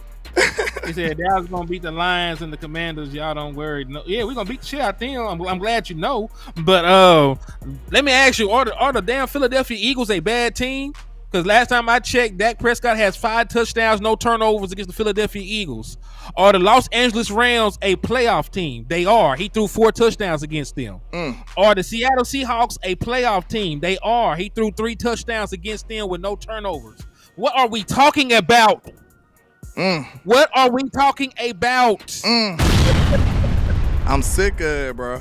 I'm sick of it. Look, this all we ask, man. If you're going to have a take, if you're going to have some feelings, you need to be able to recognize how to differentiate the two. Your takes and your feelings are 2 different things. You know what I'm saying? Your opinions and feelings, you should be going off of logic and feelings. Know what I'm saying? So according to the Quincy Coleman, the number 2 seed in the NFC is trash, the Philadelphia Eagles. The number 6 seed in the NFC is trash, the Los Angeles Rams. And the number 7 seed, the Seattle Seahawks, are trash, all according to the Quincy Coleman. So half of the playoff teams in the NFC are trash. That is very sound logic, the Quincy. That's very sound logic, my guy. People from a wise man told me don't argue with fools, because people from a distance can't tell who is who. So we done with him for the day. Okay. You did your thing. We gonna let the chat tear you apart from now on. So we good with you, DeQuincy. We know you a Romo lover. The love affair is over, so you're gonna have to get over it on your own time. Let's continue. How much was Tyron Smith missed today? I've got to watch film. I mean, those guys fought their asses off. Obviously, they had to extend some plays, move around in the pocket a little bit, but those are some great ends that they were playing. I mean, especially Chubb over there. So, I mean, got to go back and look at the film. But Tyron. So that's how you do it, Dak. He said basically, them boys playing some good people. So he ain't say my line is terrible and they left me exposed all night. He said, hey, they had a tough job. Hey, I love it. You know what I'm saying? Trap. That's how 2 things can be true without dogging your teammates. Because you want to know why? This is a reason why I got to say this, bro. I'm sorry. We got to say this type of stuff because it means something. Dak can't dog his teammates. Want to know why? A lot of people don't think about the real life logical reasons behind a lot of this stuff. He can't dog his teammates because he gonna need their ass next week. Trap. Do you want them to turn on Dak? That's why he gotta be PC and just be like, yeah, they had a tough job and hey, they gave it their best. Hey, he gonna need them next week. So of course he gonna fall on the sword. He gonna say, hey, we gotta do better. It makes a lot of sense, And I think Dak is one of the best people to handle this media we ever seen in Dallas for sure. Hall of Famer. He's going to be tough to replace, and when he's in there, it's always different with time. John showed it. You already touched a little bit on the defense, so I just wanted to know what your thoughts were coming into the game about how the defense would respond to the way that they played in Buffalo, and then just what you thought of them in general. It seemed like they were able to keep you guys in the game throughout the last series. Yeah, they kept us in the game. I mean, simple as that. As I said, right, the dry spots early or after the first 2 drives to not get anything going again till the end of the 3rd quarter. They gave us the opportunity even to take the lead late with slowing an explosive offense down, playmakers. I mean, they got some field goals, but you turn those field goal possessions or allow them to have touchdowns on the field goal possessions, and we don't even have a chance to come back right there. So, I mean, they definitely gave us an opportunity. They've got the right leaders on that side of the ball. I mean, you see the way that DeMarcus plays. That's who he is on and off the field. Guys got to continue to follow him, just doing things right. Hell of a player. Saw it all over the field tonight. And man, wait a minute. Let's give our boy D-Law some love, man. Trap. That man is so unappreciated, bro. That's why I try to make as much content about him as I possibly can, because he deserves it, man. That dude is a real cowboy. He was out there balling out. Let's continue. Yeah, they've got a hell of a leader in DQ, so no worries about that group. They responded well, and they gave us an opportunity. CD said it was kind of strange for him to kind of not be involved in the second and third quarter. What did you see that was it the defense that was doing something? What kind of happened where after the first 2 drives and then until the fourth quarter he wasn't involved? Yeah, strange, I guess, is a good word, but when you have 3 or 4 catches and 70 yards on them from the jump, you're playing a defensive coordinator over there that's been around for a long time, and he's going to find ways to slow you down and maybe fog my reads up a little bit when it comes to your side. So that's all that really happened. I mean, credit them over there. I mean, they weren't going to let the guy just continue to have a career day, which was potential, obviously, with the way that we started. Yeah, and then got him some more catches, obviously, late, but that's on us as well as finding a way to, even with that happen, getting more catches. I mean, we had a screen called, one side or another. Went to one side and then looked back at the play, right, and it looks like CD would have had a better opportunity. Things like that falls on my lap. So, yeah, and we'll get better. I know. Was that last drive there? It's super tough. I know you got a thought on the CD thing, right?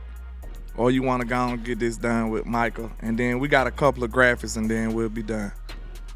I mean, you said it like it's a chore, nigga. I'm having a good ass time right now. Hey, I'm having a great time too, man. Y'all let us know if we need to keep this show rocking, man. Cause hey, we need to do this more often. Our schedules be clashing a lot of times, but hey, man, this is lit for me though. This is lit for me.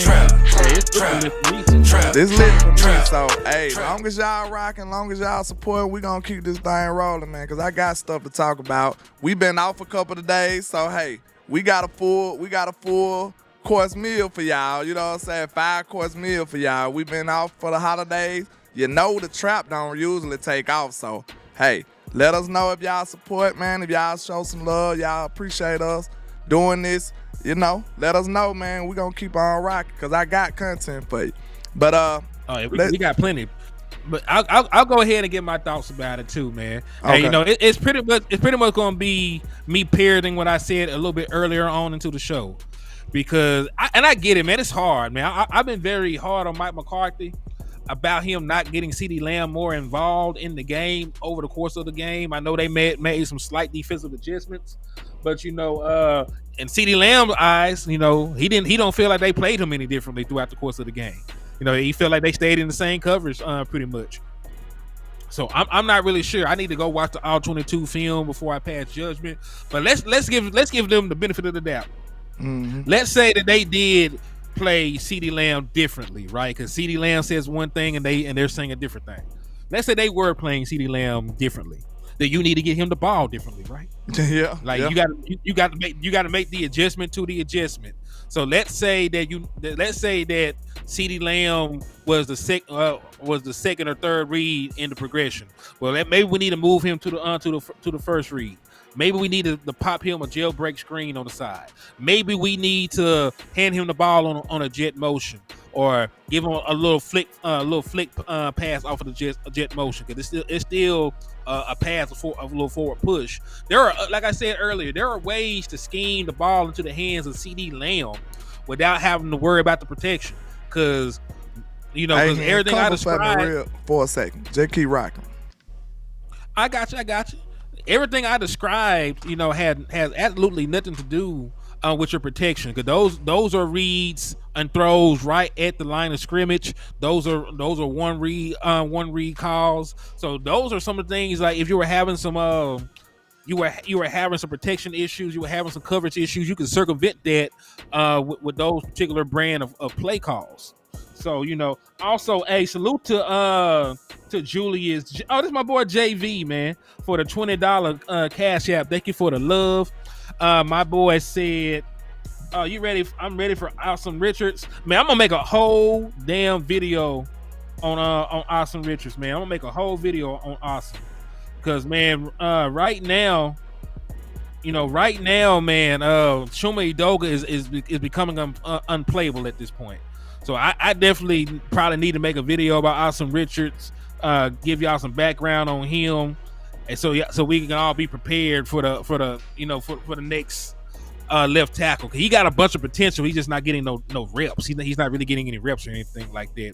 But he got potential. He won me over during the preseason and training camp. So I wouldn't mind having him. And also salute to my boy Cowboys Click for the $5 super chat over there. I think he sent that over to my boy Landlord. He said, "Merry Christmas to all you. We would not be here if we did not want to hear what you had to say. We love you guys. Thanks for being here for us. We love y'all too, man. We wouldn't be here rocking with y'all, if y'all didn't appreciate the content. Y'all keep us going, man. And listen, we do this for y'all, man. If it wasn't any positive feedback on the stuff we were doing, we wouldn't be doing it nearly as much. So we appreciate y'all for being engaged and rocking out with us on the content, man. So we thank y'all for the love and support." He said he's number one, so let him be number one. Yeah, man. Like I don't need to get cute with anything, man. I don't need to get cute.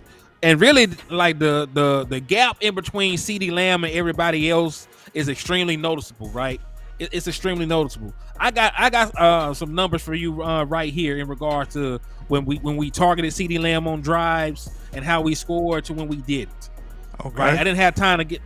Hey, I'm glad you came back at the right time. I want you to hear this, kinfolk. Let's do it. I want you to hear this shit. All right. So versus Miami, drives with a touch/target for CeeDee Lamb. So the 4 drives, 45 plays, 277 yards, and 17 points scored, right?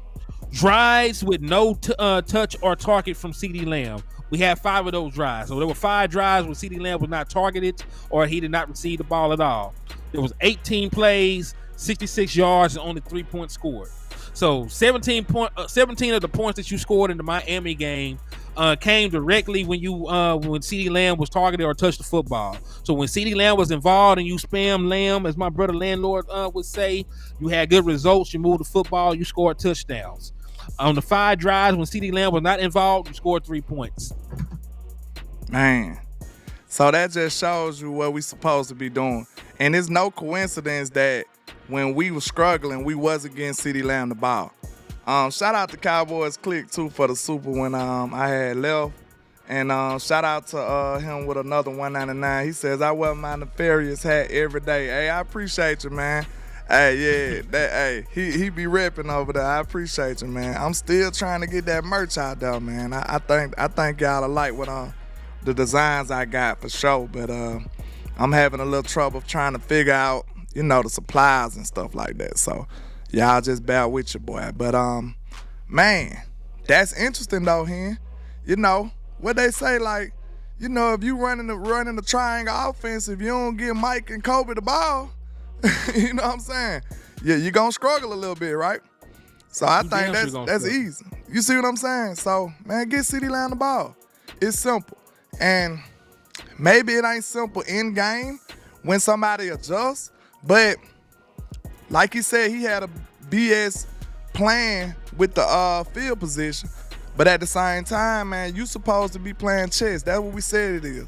So this what it is. Okay, listen. If you come into a game with a plan, boom, we cook it with CeeDee Lamb. Boom, we got a plan. So okay, in your game plan, you should know if this works, the approach I'm coming out in, if it works, I know they gonna counter. And then now you gotta kind of use the process of elimination to what will they use to counter this? And you gotta know what will stop you from cooking the way you was cooking. So once you understand that, now you a step ahead. You like, okay, this is chess. This is why we say this is chess. Because now I came out on fire with CeeDee Lamb. You countered. if I did a good game plan, I kind of can predict what you gonna do to counter that.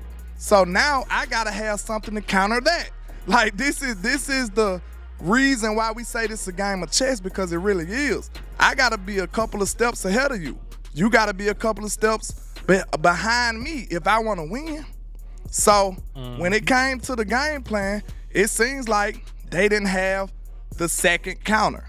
And it's been like that throughout the season a lot of times. And to be honest, that's hard. But the best coaches, they do it. So what you think? They figure it out.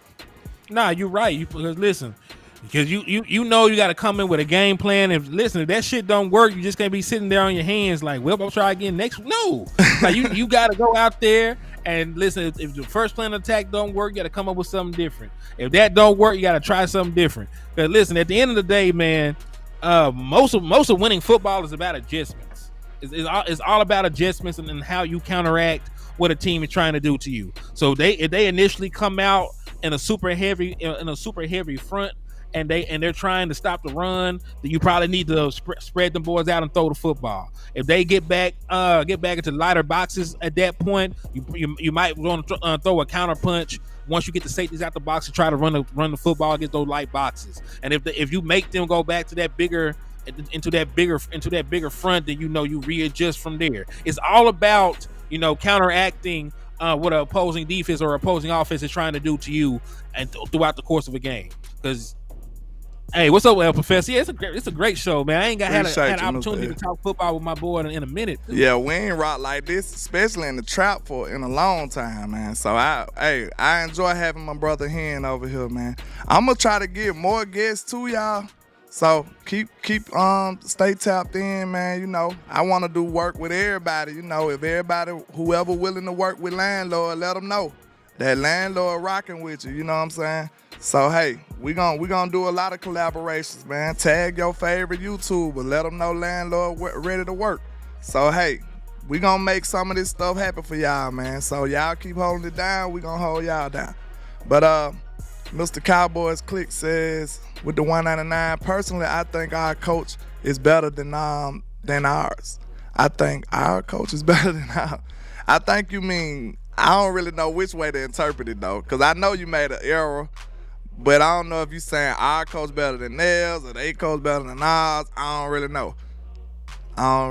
Okay. Yeah, man. I agree, because listen, Mike McCarthy won the Super Bowl. Yeah, I know people be forgetting about that shit. He's one of the few active head coaches in the National Football League that's already won a Super Bowl. He won a Super Bowl as a play caller. He's one of the most winningest coaches in the National Football League. So and that's the problem with that. And this is one thing, the Quincy, I'm gonna stop picking on you because you say crazy stuff all the time, and I just sit here and dissect it so easily. But he said Dak has an easy job, believe it or not. This is the first season he really had to know that is not the case, because last time I checked, quarterback in general is the hardest job in the National Football League. And within Mike McCarthy's offense, you have a lot of control of the line of scrimmage. Y'all think that here we go is cute. Dak Prescott out that bitch working. I think it's just time to go and slide on this dude, bro. I'm sorry. It's time to slide on him, man. We got to slide on this dude. Yeah. What's up, Kurt? I'm sick of you, Scotty. If you didn't know, the Quincy was the one that got them paws put on. Trap. Quit playing with us. Hey man, I rock with the Quincy though, man, cause he don't understand. I think he do, but he makes a lot of content. So you know what I'm saying. Keep going though. You know what I'm saying. But I just want you to think before you speak. That's crazy. You got to tell a grown man to think before he speak. But I mean, have some logic, have some real. What can we say here? Like, have some substance in some of the things you're saying. That's all we're saying, sir. I don't think that's too much to ask. Me personally, I don't think so. What you think? Is that too much to ask? Nah, cause like some folks, cause common sense is not coming to some people. He might have Tourette's or something, man. You know what I'm saying? He might just have to blurt out crazy stuff. You know what I'm saying? Listen, my nigga Quincy does not have Tourette's. He is a professional hater. Like he is a professional hater. You know, he has his license for this shit. Look, so, you if know, Quincy like, did have it, you know, no offense to people with illnesses. You know what I'm saying? None of that. But his version would be so hilarious though. The Quincy gonna be in church and shit like, fuck Dak Prescott. Yeah, the Quincy be in the middle of Walmart. Damn, Dak Prescott. Dak can't run. He'll just be Dak. They be like, what you want to eat today, the Quincy? Dak. What show you watching today, the Quincy? Dak Prescott can't win. He'll just be blurting out crazy responses, bro. It would be absolutely hilarious, though. I'm sorry. So, you know, no offense to nobody in the world, but hey, just for the sake of comedy, bro. I wish I could make a skit of that. That would be hilarious. But continue, man. Let's get back into the content. Y'all know we enjoy doing this, man. I hope y'all enjoy it. Hey, this is what we do, man. We content creators out here, man. Trap. The Quincy would be just firing off on that, but that'll be crazy. But go ahead. Tough. Nah, go ahead and cook for a second. I'm gonna be right back. Like I got you. We're good enough to get a stop. You know? It's tough. 3rd and 2, obviously they're going to try to attack what they think is a weakness. What's your thoughts on that 3rd and 2 just before the kneel downs? I mean, honestly, are you saying our weakness is the run? Well, that's what they assume based on what happened last week against Buffalo. So. I mean, I wouldn't say they attacked the weakness. I mean, I feel like majority of the game we shut down the run, had a lot of TFLs, had a lot of success. So I wouldn't say the weakness, but if you're talking about situational football and game football and IQ, why wouldn't you run it on 3rd and 2 and you're already in field goal position? So, I mean, I wouldn't say that's the weakness at all. I think we stopped the run pretty well and did what we were supposed to do. How do you think you did against Tua overall? I thought we did good. I don't think we really gave up anything big. They scored one time, a lot of field goals. I mean, coming into the game, I think everybody knew they were going to get some big plays, some big opportunities with the weapons they have. And I thought we did a great job containing them. See, I like I said, this is a crazy game, man, because, you know, we lost, bro, but I feel what he's saying. I feel pretty much the same way at the same time. Like, we didn't win, of course. Let's get that out the way. We're not doing the moral victory thing either. But, you know, y'all seen the warning signs I sent for this offense. They did way better than I thought they would. The Miami Dolphins only scored 1 touchdown. So can you really beat up the defense? I think not. The offense got you in position to score a game-winning touchdown, and they did. They just couldn't get the stop at the end. I just don't think you can really beat up either side of the ball that much. This just one of them things. I feel like this just a normal L you take sometimes, especially on the road, bro. I just don't see. Y'all know me. If you don't think I just go in and go nuclear on this football team, Landlord keep it honest. That's one thing I pride myself on. I be for real with my takes. I love this football team for real, bro. My name is behind this football team.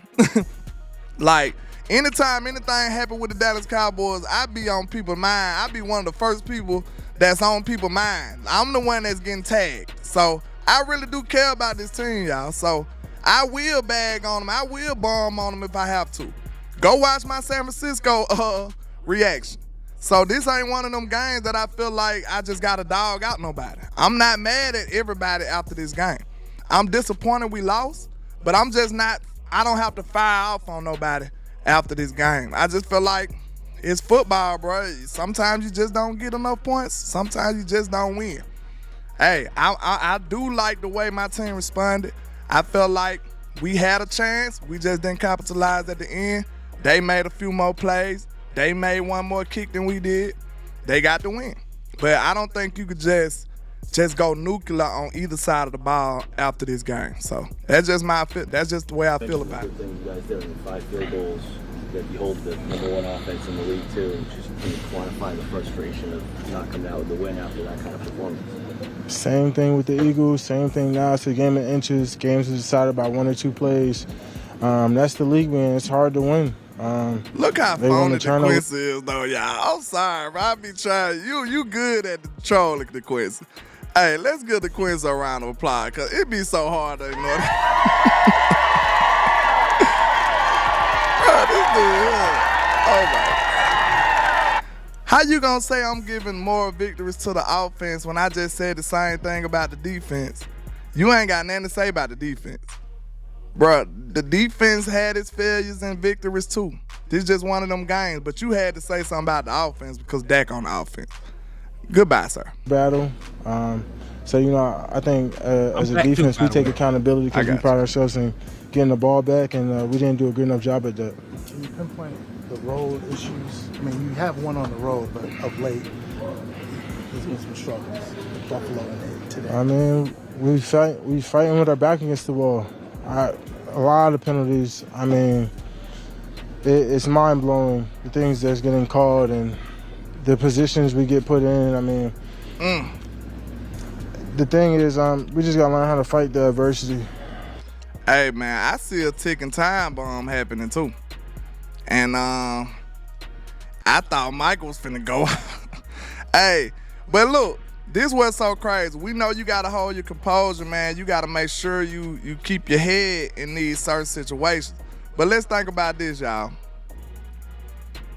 Was it just me, or when Michael was going off, I felt this dude then, bro? I really felt the same way, bro. I felt exactly how he felt almost. To me, it just was like, bro, at some point, this shit gotta stop, bro. It gotta change, bro. What's going on? Trap. Bro, we don't want Parsons to go off on the rails. Parsons was pissed, bro. Parsons was absolutely pissed, bro. He getting tired of this. He getting tired of it, bro. This man sitting up there like, bro, how many calls y'all not gonna call for me? But then anytime I do anything, stuff that's not even dubbed as a real penalty, y'all want to call it on me? Like, bro, I swear, it's still a human element to this stuff, bro. After a while, bro, the dude gonna explode. And it looked like it was almost Sunday. Real talk. So, I mean, y'all can say what you want to say, bro, but it's still a human element to this, man. I just hope it don't blow us up in the wrong situation. Because, bro, after a while, it's just a boiling point to everything right here. Or am I wrong? I just feel like it's a boiling point to anything, bro. Did you not see his Instagram post when he said free me? He said free me. Whatever I did to the refs, I'm sorry. Yeah. Hey, Michael Parsons is going through it, man, because it's egregious at this point that one of the best pass rushers in the National Football League has not gotten a holding call. So you think that one of the best pass rushers in the league you said is not getting held? B-Bird. You talking about that anonymous GM, B-Bird? I think you talking about that anonymous GM. Let's go and get into it because, we got content for days. I know for y'all. A lot of it's BS, and we're like, this is football plays, and but it's the world we live in. A lot of it is BS. Micah just gonna keep talking about him, man, but I promise you, I felt Michael Parsons at the end of this. I really did, bro. Like, after a while, bro, it's frustrating, man. What you want a player to do? What do you want a player to do, bro? He out there playing his hardest, and he never get a call. Never. Micah started firing, bro. I was like, oh, my God, they finna put him out the game. What, is Micah going after the ref? Oh, my God. It looked like it was finna just be crazy. And I felt every inch of it, every ounce of it. Pause, I felt it. But I just felt exactly how he felt, bro. I really did. I felt it. Because it just felt like it was about that time, bro. How much longer can he take it? How much longer can a person take it, bro? I just don't get it. Got the star in the helmet. I got you, B-Bird. In the back, what did the ref say to you on that call? He said, anybody who's watching, I won so quick, how am I supposed to know he got the ball out? It's within a second. I didn't leave my feet. I didn't leave with my head. So I don't know what a roughing the passer is anymore. He said I could have done something in some manner to avoid him. But in reality, I ran into D-Law. We both met the quarterback. Like I said, it's just hard to play defense. Is that play Aren't you more supposed to have a frustrating? step anyway in those instances? Aren't you supposed to at least have one? He said my intent was to punish the quarterback, but how am I trying to punish him if I'm just trying to sack him? I mean, it's not like it's a late hit. It's not like I'm leaving my feet. I didn't leave with my head. I don't know how you make that call. I don't see no justification. He said I just try to punish him, and I haven't got a roughing the passer all year. What do I have against Tua to even try to hurt Tua or anything? I'm just trying to get a... Man, look how much he got to explain himself for a normal football play here. This man didn't even do number 2 steps, bro, and it was clearly in the field of play. He did not do nothing malicious. He just put a hit on him. And they said he was trying to punish the quarterback. I thought that's what a defensive player supposed to do anyway. That's exactly what I thought he was supposed to do. Because, man, listen, physicality is part of football, man. Physicality is part of football. But, you know, people try to officiate the physicality out of football, and it just doesn't work like that. Like, these are super fast, super strong dudes moving at a high rate of speed, colliding with each other. The shit is not for the weak at heart. Ain't nothing gonna be soft about that, man. So that was a great ain't way to gonna be say soft about that, man. Hey, it was just so funny how simple you put it. But it's like, it's no way around that, bro. They fat, they big, fast, and running into each other. Like, how soft, how nice can that happen? Like, it's not gonna happen that good, bro. I'm sorry. Like, do I have to ask this man permission to hit him? They want you to stop and ask the ref, hey, can I hit him, ref? Like, what you want me to do? Man, get out of here. Kind of play more frustrating or the ones that aren't getting called the holdings against you? Yeah, I think that's frustrating in itself. I mean, it's like I can't get a call, but I get things called on me, you know. So obviously they looking. They just don't care what they call, you know, as long as it's just not with us.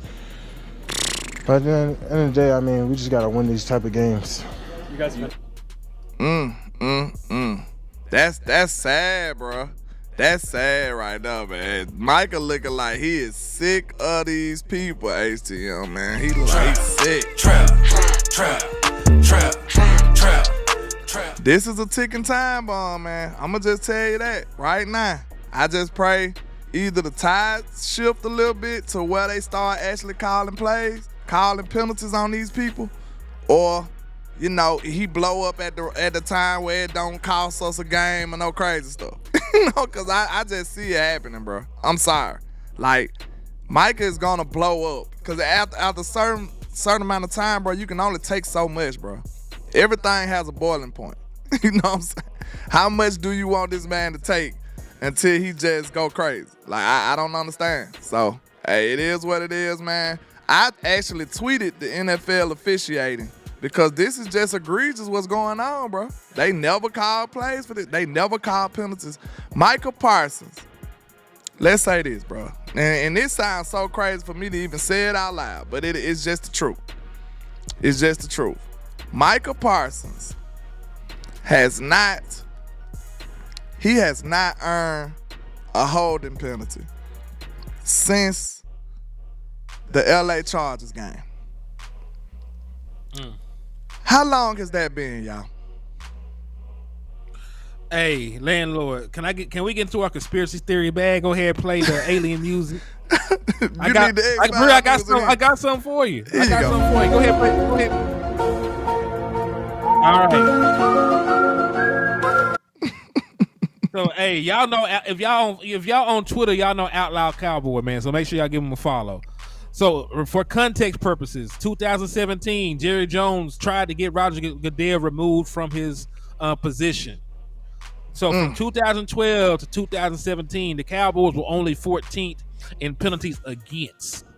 After the fact, after Jerry Jones tried and failed to get that man removed, from 2018 onward, the Cowboys have been the third most penalized against team, only trailing first place by 10 in that span. So coincidentally, the penalties went up against the Dallas Cowboys after Jerry Jones tried Roger Goodell.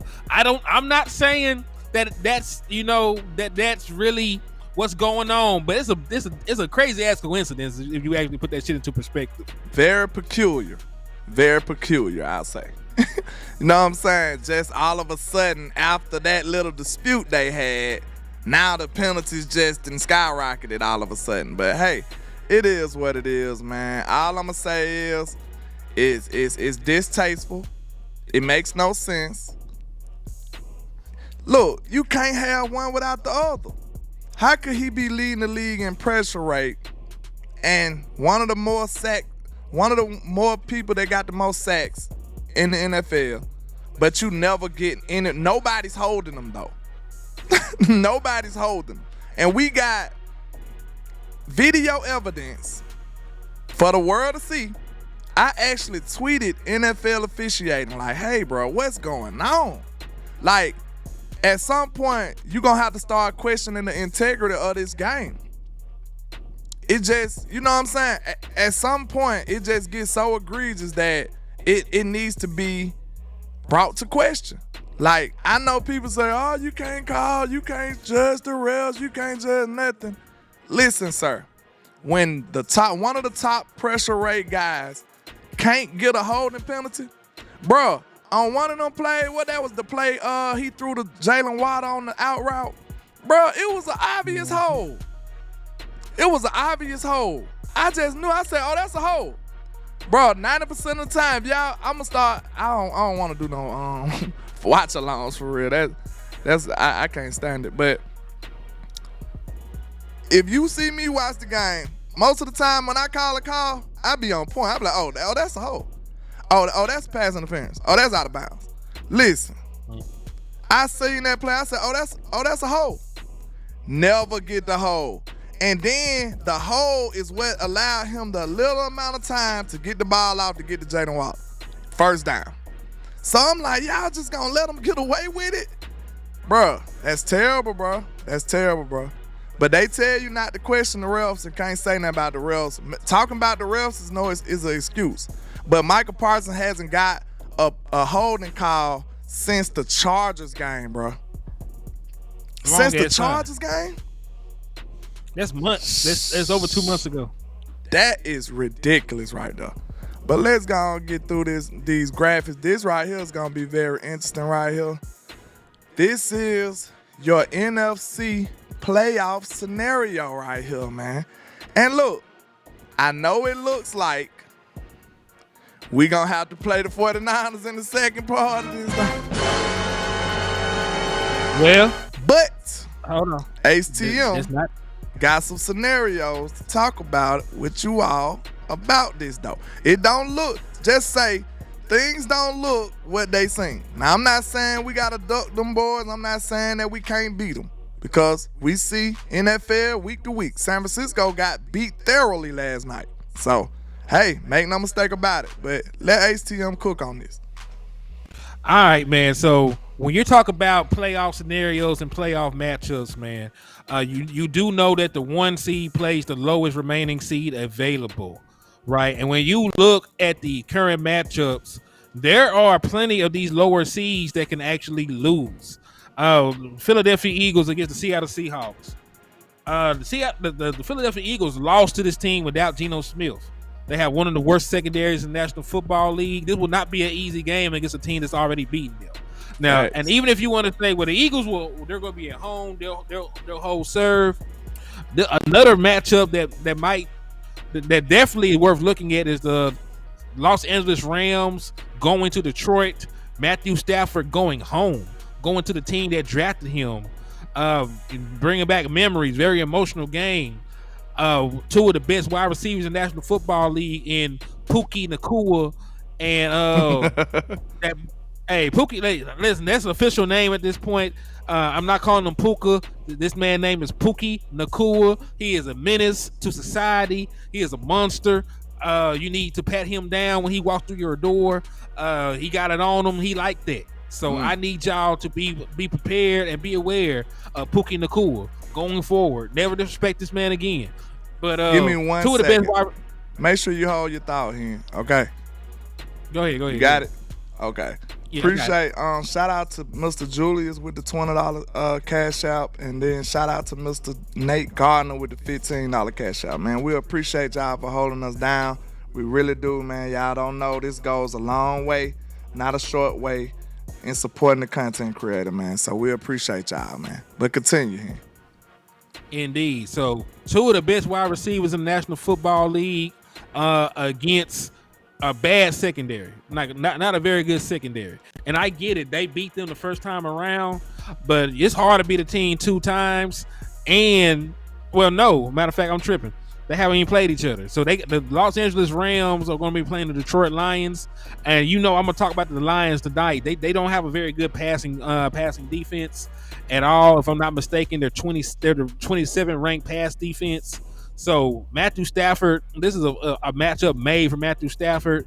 Subpar defense, built to be a shootout, and he has Aaron Donald on his team. So I can easily see the Rams going in and upsetting the Detroit Lions. So if Dallas Cowboys handle business, if we beat the Tampa Bay Buccaneers, who have the worst passing defense in the league, I want to throw that out there. If we beat the Tampa Bay Buccaneers, and then one of these other teams get an upset, whether it be the Rams, whether it be the Seattle Seahawks, one of them will go and play the 49ers, and then we would play either the Eagles if they're still standing, or a crazier scenario.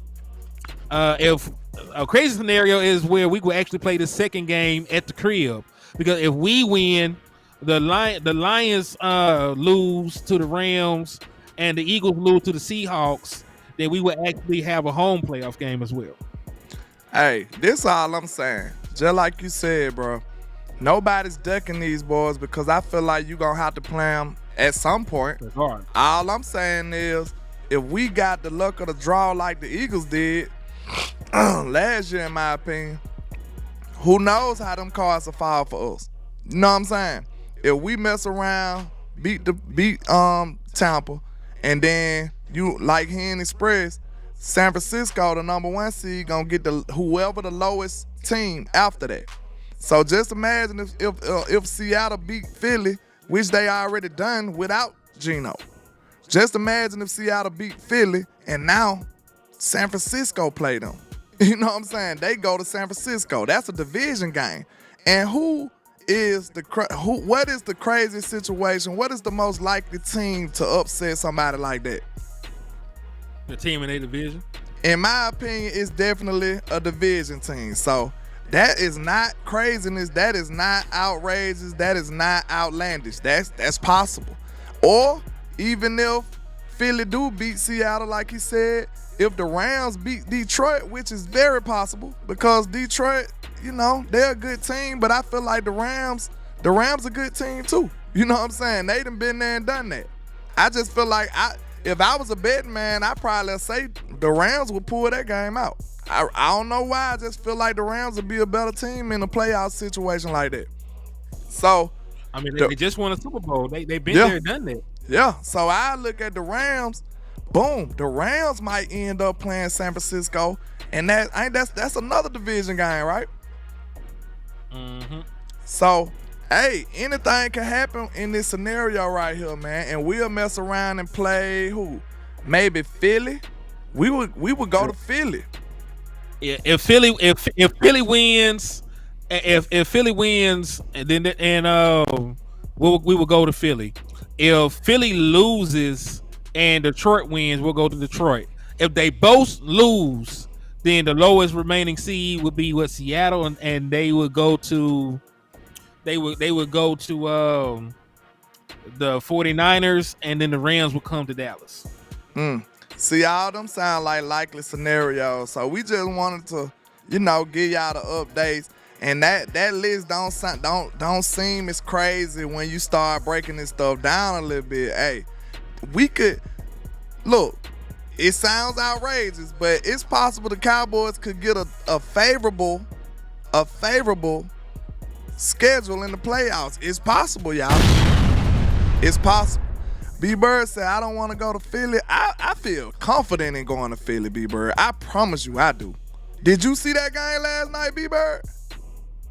Did you see that game last night?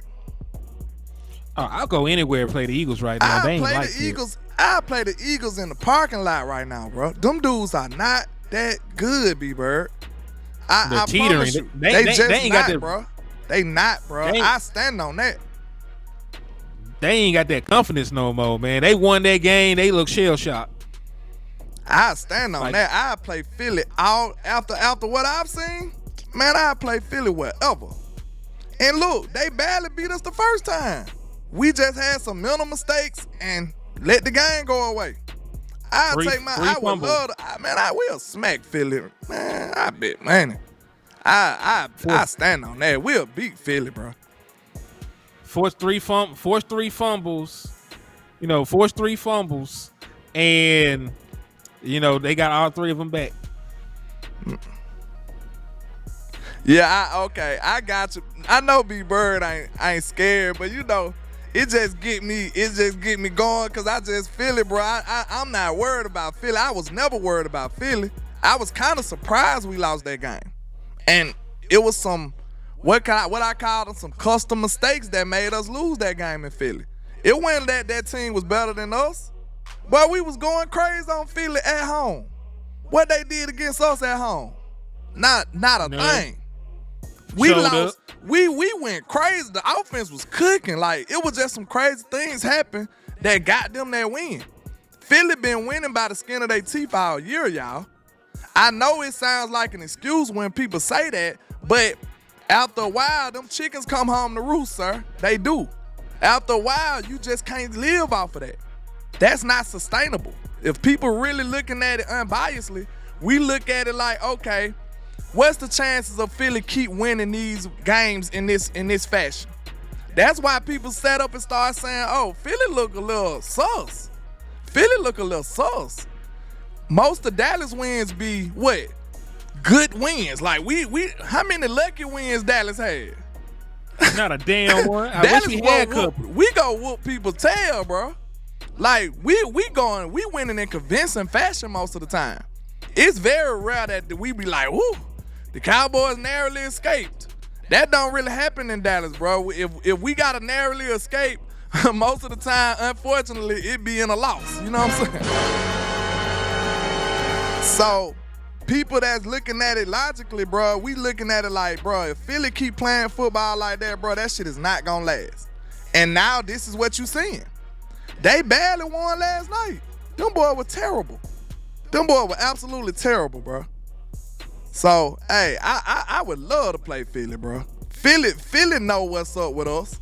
They felt fortunate walking off that field in Philly with a W. I guarantee you that. Hey, B-Bird, what you think about that take? I promise you, Philly felt fortunate after that win. Philly wasn't confident in that win after they beat us.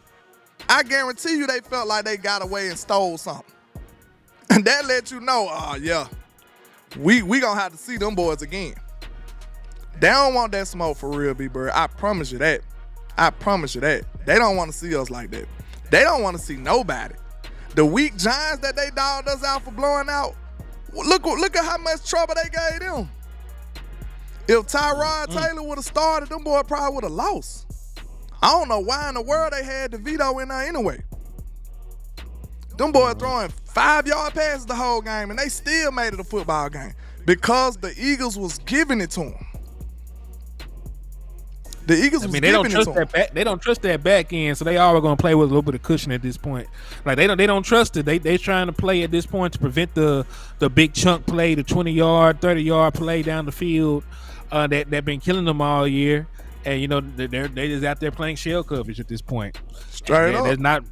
They're not conducive to really stopping a good team. Like everybody eats against the Eagles, man. Everybody eats against that secondary. Straight up. So I really don't, man. I welcome the Philadelphia Eagles. I never look. Hey, ACL, tell the truth, bro. Our conversations off air, it didn't materialize the way I thought it would, cause I've been doubting the Eagles since day one. You know me. I looked crazy all season. They beating these good teams and stuff, but I'm like, I still stood on. I'm like, bro, them boys been winning out the skin of their teeth, and it's gonna come down, and we gonna see their true colors, bro. I've been saying this all year, but they kept proving me wrong, winning by the skin on their teeth, getting lucky. Then I had to think logically, like, how sustainable is this? It's not. It's not sustainable. It's not. And now we see the results. They got their tail whooped 3 weeks in a row. And they just barely won against the Giants. So I think Kyler Murray will go in there and win red. That's what I expect Kyler Murray to win. I do. I know that sounds crazy. I expect the Arizona Cardinals to beat them because Kyler Murray is a formidable quarterback who can put up a lot of points and he can pose a threat to them boys. Philadelphia defense is very lackluster. All they got is a pass rush, and Kyler Murray won't be affected by that pass rush. Like, that little dude is quick, and he gonna run around in circles and make plays. So, hey, look forward to look. People said we was crazy when we said the Giants might beat them. Look how close that game was. That game was close. So, hey, we'll see. We'll see. Then they got to go to Arizona, right? No, I think Arizona comes there, and that's even better, in my opinion, because their head coach with their defensive coordinator, he coming back. It's like a homecoming game for that man. He coming back. Yes, sir. So, hey, man, don't think it's over when it ain't. Because if we win out and they lose one, hey, this could be a whole different ball game. This could be a whole different ball game. So he said he saw Eagles fan treating the Giants like another part of the gauntlet. The gauntlet's over when you got your ass whooped. They said like, that was the gauntlet too. No, and look, they dogged us out when we beat them by 40 points. They said, that's the Giants. Yeah, we make it a little easy on it. But this is the updated MVP odds. You know, they boosting Lamar Jackson up there because his team won. Christian McCaffrey was eating that game, but hey, he took an L. Brock motherfucking Purdy though. Trap. Brock Purdy though. And man, Dak ain't even have a game like that. We couldn't move the ball, but it wasn't like that though. You know what I'm saying? I just told you Dak pretty much matched Lamar Jackson night, but we gonna say, Lamar. I'm cool with it. Okay, I get it. He won. He got the best record. He beat the best team in the league, look like. Hey, I ain't even got no arguments with that. But if we looking at numbers, if we talking about, you know, who's been the most impressive quarterback throughout the whole season, it's obviously Dak. He got more touchdown passes. He got more total touchdowns than Lamar. Lamar, you got to say total, and he got 24 total. Dak got like 32 total. And his performance last night was basically the same performance that Dak had. But his was in a big win, Dak's was in a big loss or a close loss. So they gonna make the narrative spin like they are not even on the same level, nowhere near. But hey, that's why we here. We gonna let you know your quarterback still playing some of the best football in the league. Was your quarterback better than Brock Purdy from what you seen from Dak? What Dak did the last game you seen? Was he? Let me know. Answer my question. Was your quarterback performance better than what you seen from Jalen Hurts the last time you seen him?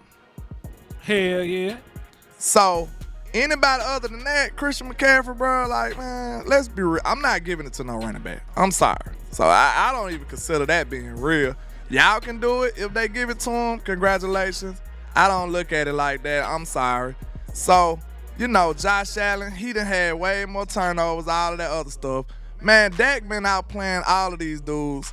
Tua probably got a little case. You know, he had a good game against us. But Dak been the most consistent quarterback throughout all of these people. And he's been doing better statistically all around. Dak has been playing better ball than all these dudes. So, I mean, go ahead. I was gonna say, Ken Folk, like in terms of the MVP race, there's not a quarterback that has better overall numbers. You talk about Josh Allen, he has 18 turnovers. The most turnovers that a league MVP ever had was Peyton Manning. He had 16 one year. He already has exceeded that, and he'll probably have 20, 21, 22 by the time the season is over. He still got more football to play, right? He's averaging a little bit over a turn. Averaging a little bit over a turnover a game, right? You go ahead and you look at the board Tua. Dak Prescott has more touchdowns and less turnovers. He also is playing with another player that is in consideration for league MVP and Tyreek Hill. Tyreek Hill has very good MVP odds. He is not listed. They're not going to give it to him, but he's playing with another guy that's an MVP candidate. I don't know how Brock Purdy is still so high up here. I think somebody else said that his odds are worse on ESPN. But there's like four different sites that have MVP odds, so it don't really matter. Some of them got Christian McCaffrey at the bottom, so it just varies wherever source you go to. Yeah, then like we just seen Brock Purdy throw 4 interceptions, then score a single touchdown, and then you go to Dak Prescott, right? You go to Dak Prescott, most passing touchdowns in the National Football League. He's at the top in completion percentage, passer rating, on target throws. He's only had 7 interceptions. He has a 10-5 record, right? Probably end the season 12-5 because we're favored against the Lions. We usually win every damn game that we win when we favored. We're going to be favored against the Commanders because they're not very good at all. So he'll probably have another 12-5 season as a starting quarterback. He'll probably be leading the league in touchdown passes. Right, he'll probably be top 5 in every other major quarterback category, and he's probably not going to win MVP. So I think we did a good job on expressing that your quarterback, regardless of what some of the non-believers and naysayers say, has been playing the position damn near as best you can possibly play it. Trap. And this right here is a testament to. It's just so sad, bro.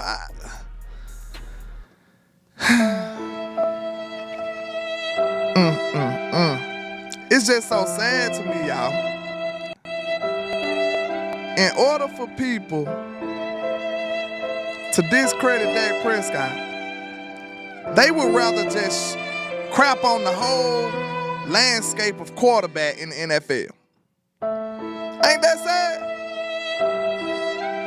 I seen people actually make that case, Hen. These people said, oh, it's not that Dak is playing good or better than everybody else. It's that no quarterbacks are playing good.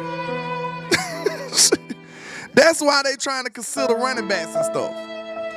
In order for them to do this big time hate on your quarterback and his performances, they rather say, oh, this running back, this wide receiver is doing it. This a down year for quarterbacks. Man, get the hell out of here with that crap and that foolishness, man. Get out of here with that, man. Trap. Anything to discredit Dak Prescott, bro, that's crazy to me. Y'all rather crap on the whole position. These people is crazy, man. What you think about that? I seen these takes, bro. They up here like, man, screw that. These running backs and wide receivers looking good. Any other year, they'll be like, well, whoever the leader of the quarterback race is, hey, he looking like the MVP this year. Look, we seen Aaron Rodgers win the MVP with the same stat line as Dak Prescott. Let's not act like he had a 40 TD year. He didn't. He had 37 touchdowns. Dak did too, the same year. Yep. But now it's a down quarterback year. And we shouldn't look at quarterbacks. We ain't looking at quarterbacks. We good on quarterbacks. We gonna say that wide receivers are good now. Like, hey, look, like wide receivers don't need quarterbacks. Like, what is going on here, bro? They are that hell-bent on trying to discredit Dak Prescott that they will even just push the whole position under the bus all of a sudden. This is madness. This is hogwash. This is like they can't believe it. By the mainstream media, bro. This is just outrageous, man. This is crazy. This is crazy.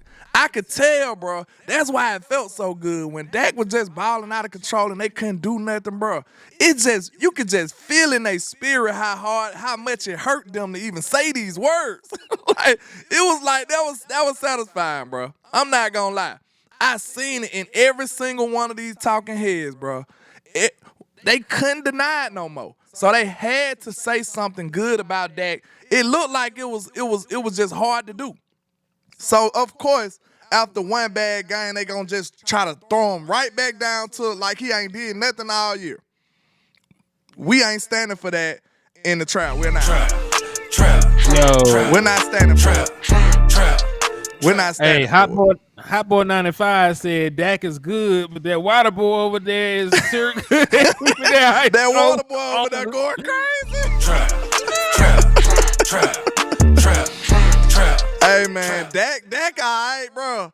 But that equipment manager over there going crazy, bro. I tell you, man, I ain't never seen nobody sling helmets like that, boy. Man, did you see how he cleaned the visor? What? When he scrapped? Did you see how he scrapped the chin scrap on that boy? And then he patted him on the helmet. Did you? Man, that's top tier stuff right there, sir. That's top tier. This is how much. These are the lengths they willing to go just to discredit your team and your quarterback. And it's people who don't understand it, and they just sit up there and take it. They just go right with it. Man, that equipment manager is the MVP of the league. Trap.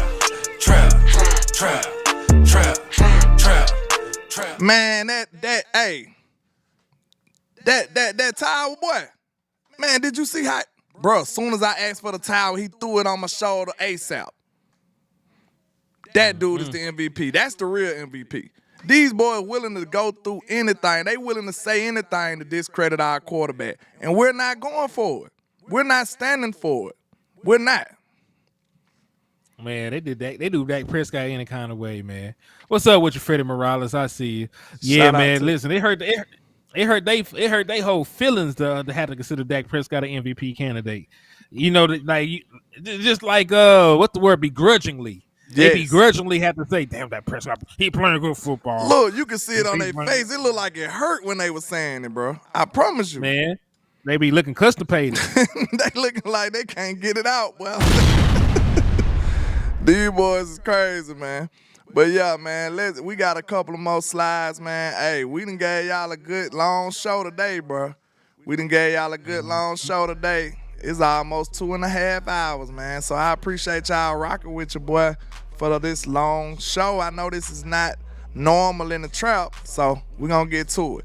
But shout out to B-Bird, man. This is exactly what B-Bird was talking about. Let me make sure. Nah, this ain't it. This ain't it, is it? Yes, it is.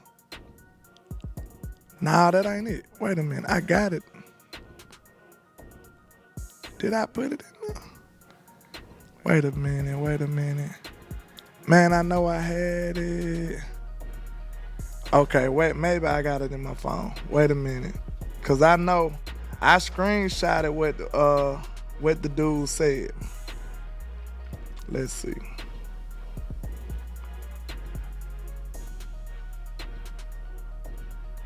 Let's see. Y'all bear with me.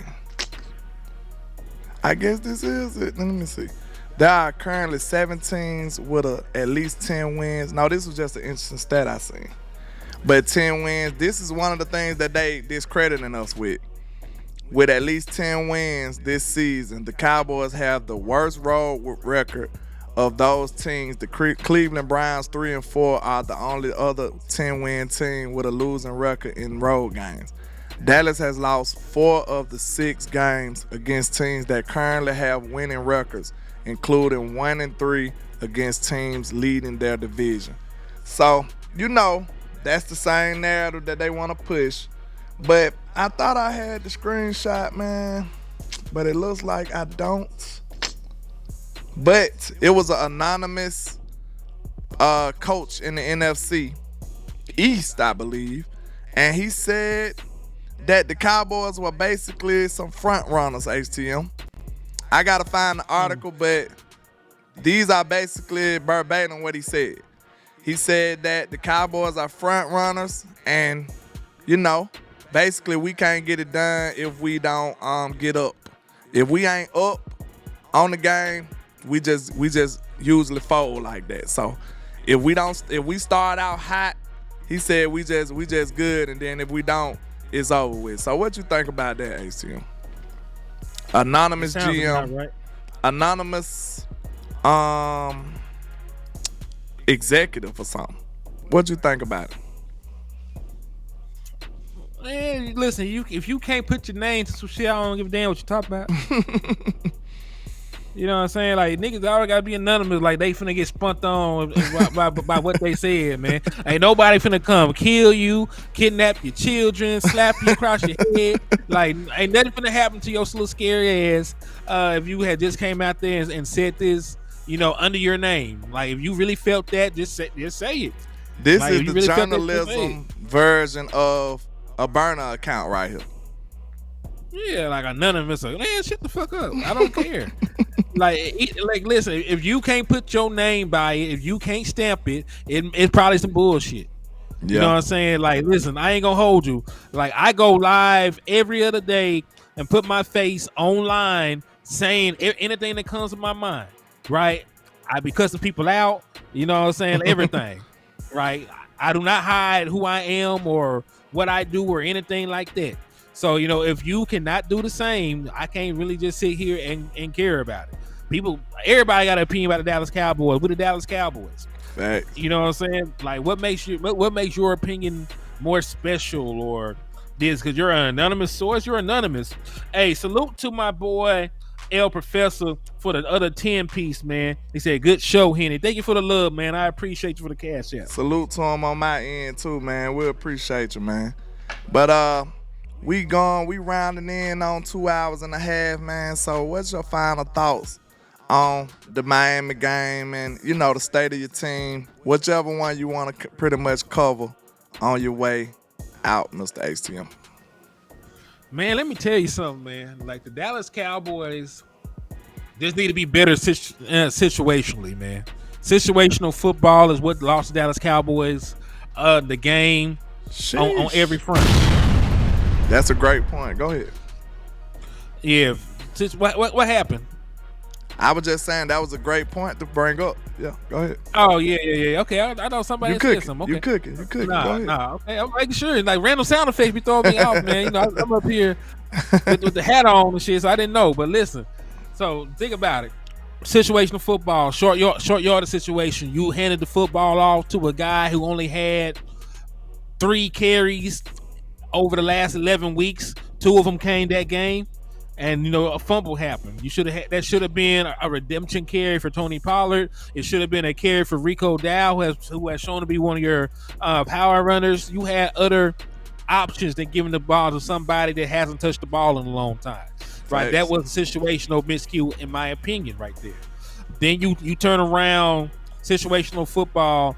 You continue to allow Chuma Edoga to be on an island, despite the fact that he had been beaten and blown assignments the majority of the night. So, Chuma Edoga, Dak Prescott had Jake Ferguson on the seam route for a touchdown. Chuma Edoga blew his assignment. Dak Prescott was flushed out of the pocket, had to throw the ball away. We settled for a field goal on that particular drive. So they would have needed more than a field goal to beat us the other way back had that happened. They would have needed more than a field goal to beat us had we scored that first touchdown on the first drive. We had to settle for a field goal again by an untimely holding call. I forget who had the holding call. It might have been Tyler Smith. Won the game. What I say, the usual suspects. Go ahead. Usual suspects. So, you know, my boy Tyler Smith, he had his usual holding call for the game. Dak Prescott had scrambled down to 11, completely changed the field position, right? So we ended up in super long distances, had to settle for another field goal. So we shot ourselves in the foot situationally. There was a play here, a play there. Even defensively, you know, there were penalties that extended drives. So you could have held them to no points, and you gave up field goals and different things like that. So situational football, especially on that final drive. Jordan Lewis manned up against Tyreek Hill. Didn't like that matchup at all. No, they hit him for the quick screen. Got the first down. It was hard, man. You know, Lamone Clark getting a face mask on the first play of the drive, moved them damn near in the midfield. They got 5 yards on the play. They got another 15 yards on the face mask. That's a 20-yard play right there. So, you know, like you have all these mistakes and miscues on both sides of the ball. You can't win like that. You got to play a much cleaner game when you go on the road. And that's just my final thoughts. Be better. Just be better. Man, you kill that, man. Shout out to HTM Sports, man. Y'all better put some respect on my boy HTM, man. Y'all better put some respect on that, man. But my final thoughts, I will say, man, I think a lot of this stuff boiled down to execution and some questionable play calling at times, man. Situationally, like HTM said, hey, we just got to be better, man. And, you know, going forward, I think we did take a small step. No more victories again. But, you know, progression, if you see it, you still got to acknowledge it. I still feel like we did. You could tell it was a big-time progression from game to game, from Bills to Dolphins. Did that look like the same football team you seen in Buffalo? I mean, we got eyes. We seen that obviously don't look like the same team. We looked better. So we did take a step in the right direction on the road. I just feel like this is one of them things where, you know, you just didn't make enough plays and it just boiled down to you catching the L, man. So we got to make those plays when the moment arises. You know, I don't challenge the leadership on this football team. I feel like we do have top-tier leadership. I feel like Dak Prescott is a top-tier leader. I feel like Micah and D-Law. I think people forget about D-Law. I feel like D-Law should still be one of the biggest leaders on this football team. Like, hey, follow that dude, because I feel like that's the way you should play. But I feel like we got the right leadership. We got the capable players, the right coaches. We just got to get it done when it's time. You know what I'm saying? We got to be able to seize the moment, and I feel like that's one of the things that's been holding us back. But as far as the game go, I just feel like the penalties at bad times, you know, field position killed us. It was just a lot of these things that you don't really bring up to start the game. Like before the game, you don't think about how important field position is or these untimely penalties. This is stuff that you really can't, you know, you can't predict. You don't know how the field position gonna go. You know what I'm saying? So it's field position, penalties, you know, time of possession. All of this stuff right here came together. And, you know, I feel like it hindered us in the worst situations. You know, but I do see progression in this team. I still am confident in this football team. And it still sounds like the football team is confident in themselves too. So I'm encouraged, man. I still feel good about our odds. Hey, what they say, get in the tournament and see what happens. I feel like this team's still capable, and you never know once you get in that dance, man. I still feel confident in my football team on both sides of the ball. And hey, who knows? We could possibly get some home games in the playoffs too. You never know what could happen. So hey, let's do it, man. I feel like we capable on the road. But hey, if we have to go on the road or at home, we just need to be ready to dominate and execute and be closer to the team we are more times than not. You know what I'm saying? Because this team that they dog and disrespect, we're not that team a lot of the times. We're that team sometimes. And most of the times it just seems like it's on the road. We got to change that. We got to make sure we switch the narrative in our favor on that end, man. But I appreciate all the love and support, man. Y'all make sure y'all holler at your boy. Where they can find you at next time, Mr. HTM. Man, you can find me. I will be live tonight, matter of fact, man. I already set up a show. We're going to be taking the first look at the Detroit Lions. I'm going to have some numbers over there at the liquor store. So y'all tap in, go to YouTube, HTM Sports. It'll be premiering live at 5:15 because I do not work. So I'm going to take a couple hours off, parlay, and I'll be right back with it, man. So y'all just tap in, HTM Sports on YouTube, Henny the More on Facebook, man. Let's get it. Yes, sir. And Ms. Patrice with the $1.99 for your mind says, but what about that shirt you have on, Landlord? Yeah, this that Michael Parsons right here. You know, this one of them $50 boys, man. So, you know, they taxed me for this one, but hey, it's quality, you know, it's pretty good. So I appreciate you, Miss Patrice with the $1.99 for your mind. But man, y'all make sure y'all hit that like and share for the squad. It will not charge a card. We're gonna ride this thing on out the best way we know how. And you know why them haters hate on us, don't you, Hen? Why? Because we are the greatest. That's why, man. Shout out to everybody rocking, man. Let's ride this thing on out. Yeah. Y'all enjoy the rest of y'all day. Until my boy HTM make his appearance, West Coast, all the other content creators. Let's go. And this is greatness defined. Every line is divine. Verses boggle your mind. And every song, man, I swear just get better with time. No matter how much shade they throwing, I still manage to shine. I don't know why they so obsessed with mine. I'm all they think about. Go in their house, they probably got my pics in the shrine. Damn, I never let these play me. They see us ballin', now they wanna switch teams like KD. I know my time coming, I guess I'ma wait and see. I'm too cocky and confident that humble ain't for me, Lord. Help me with my egotistical ways, but I'm amazed how they display such miserable hate. I never paid attention to what most to say. They words are unimportant like prepositional phrase. They wanna see me crash and burn in a ridiculous blaze, but yet I rise like the Phoenix. Show these I'm great enough. Yeah, I know these haters can't stand me. Well, take a seat. I do it for the family. So bring the block to the Grammys, and if you try to stop me, you need a plan B. Yeah, I just do it for the real. If you ain't from the bottom, you ain't get how I feel. To go against the odds, go hard, chase meals, and gotta see you make it. Show 'em all you the greatest. I'm the greatest. Young poet got flow flowing, it's mind blowing. I'm flamboyant when brainstorming, that's fair warning. For my opponents that will be mourning before the morning. Every beat I eat and destroy, that's what the fans wanted. The hot topic, you try to copy, that's hard stopping. Yeah, I'm a giant when rhyming and y'all microscopic. I got them watching and they believe in me like a prophet. Cause the pics of property masterpieces, they photoshopping. I'm from the bottom, assembled by the avenue. So I gotta pay homage to the hood to show my gratitude. And then my attitude is similar to an animal. These niggas ain't half as cool, I got different levels to tap it too. I am the truth. To know that I kill it, these are God level lyrics. I should be on Mount Olympus. My music therapeutic to the real spirit, like it came from ancient Kemet. Ain't nobody mess with me, I'm the great. Yeah, I know these haters can't stand me. Well, take a seat, I do it for the family.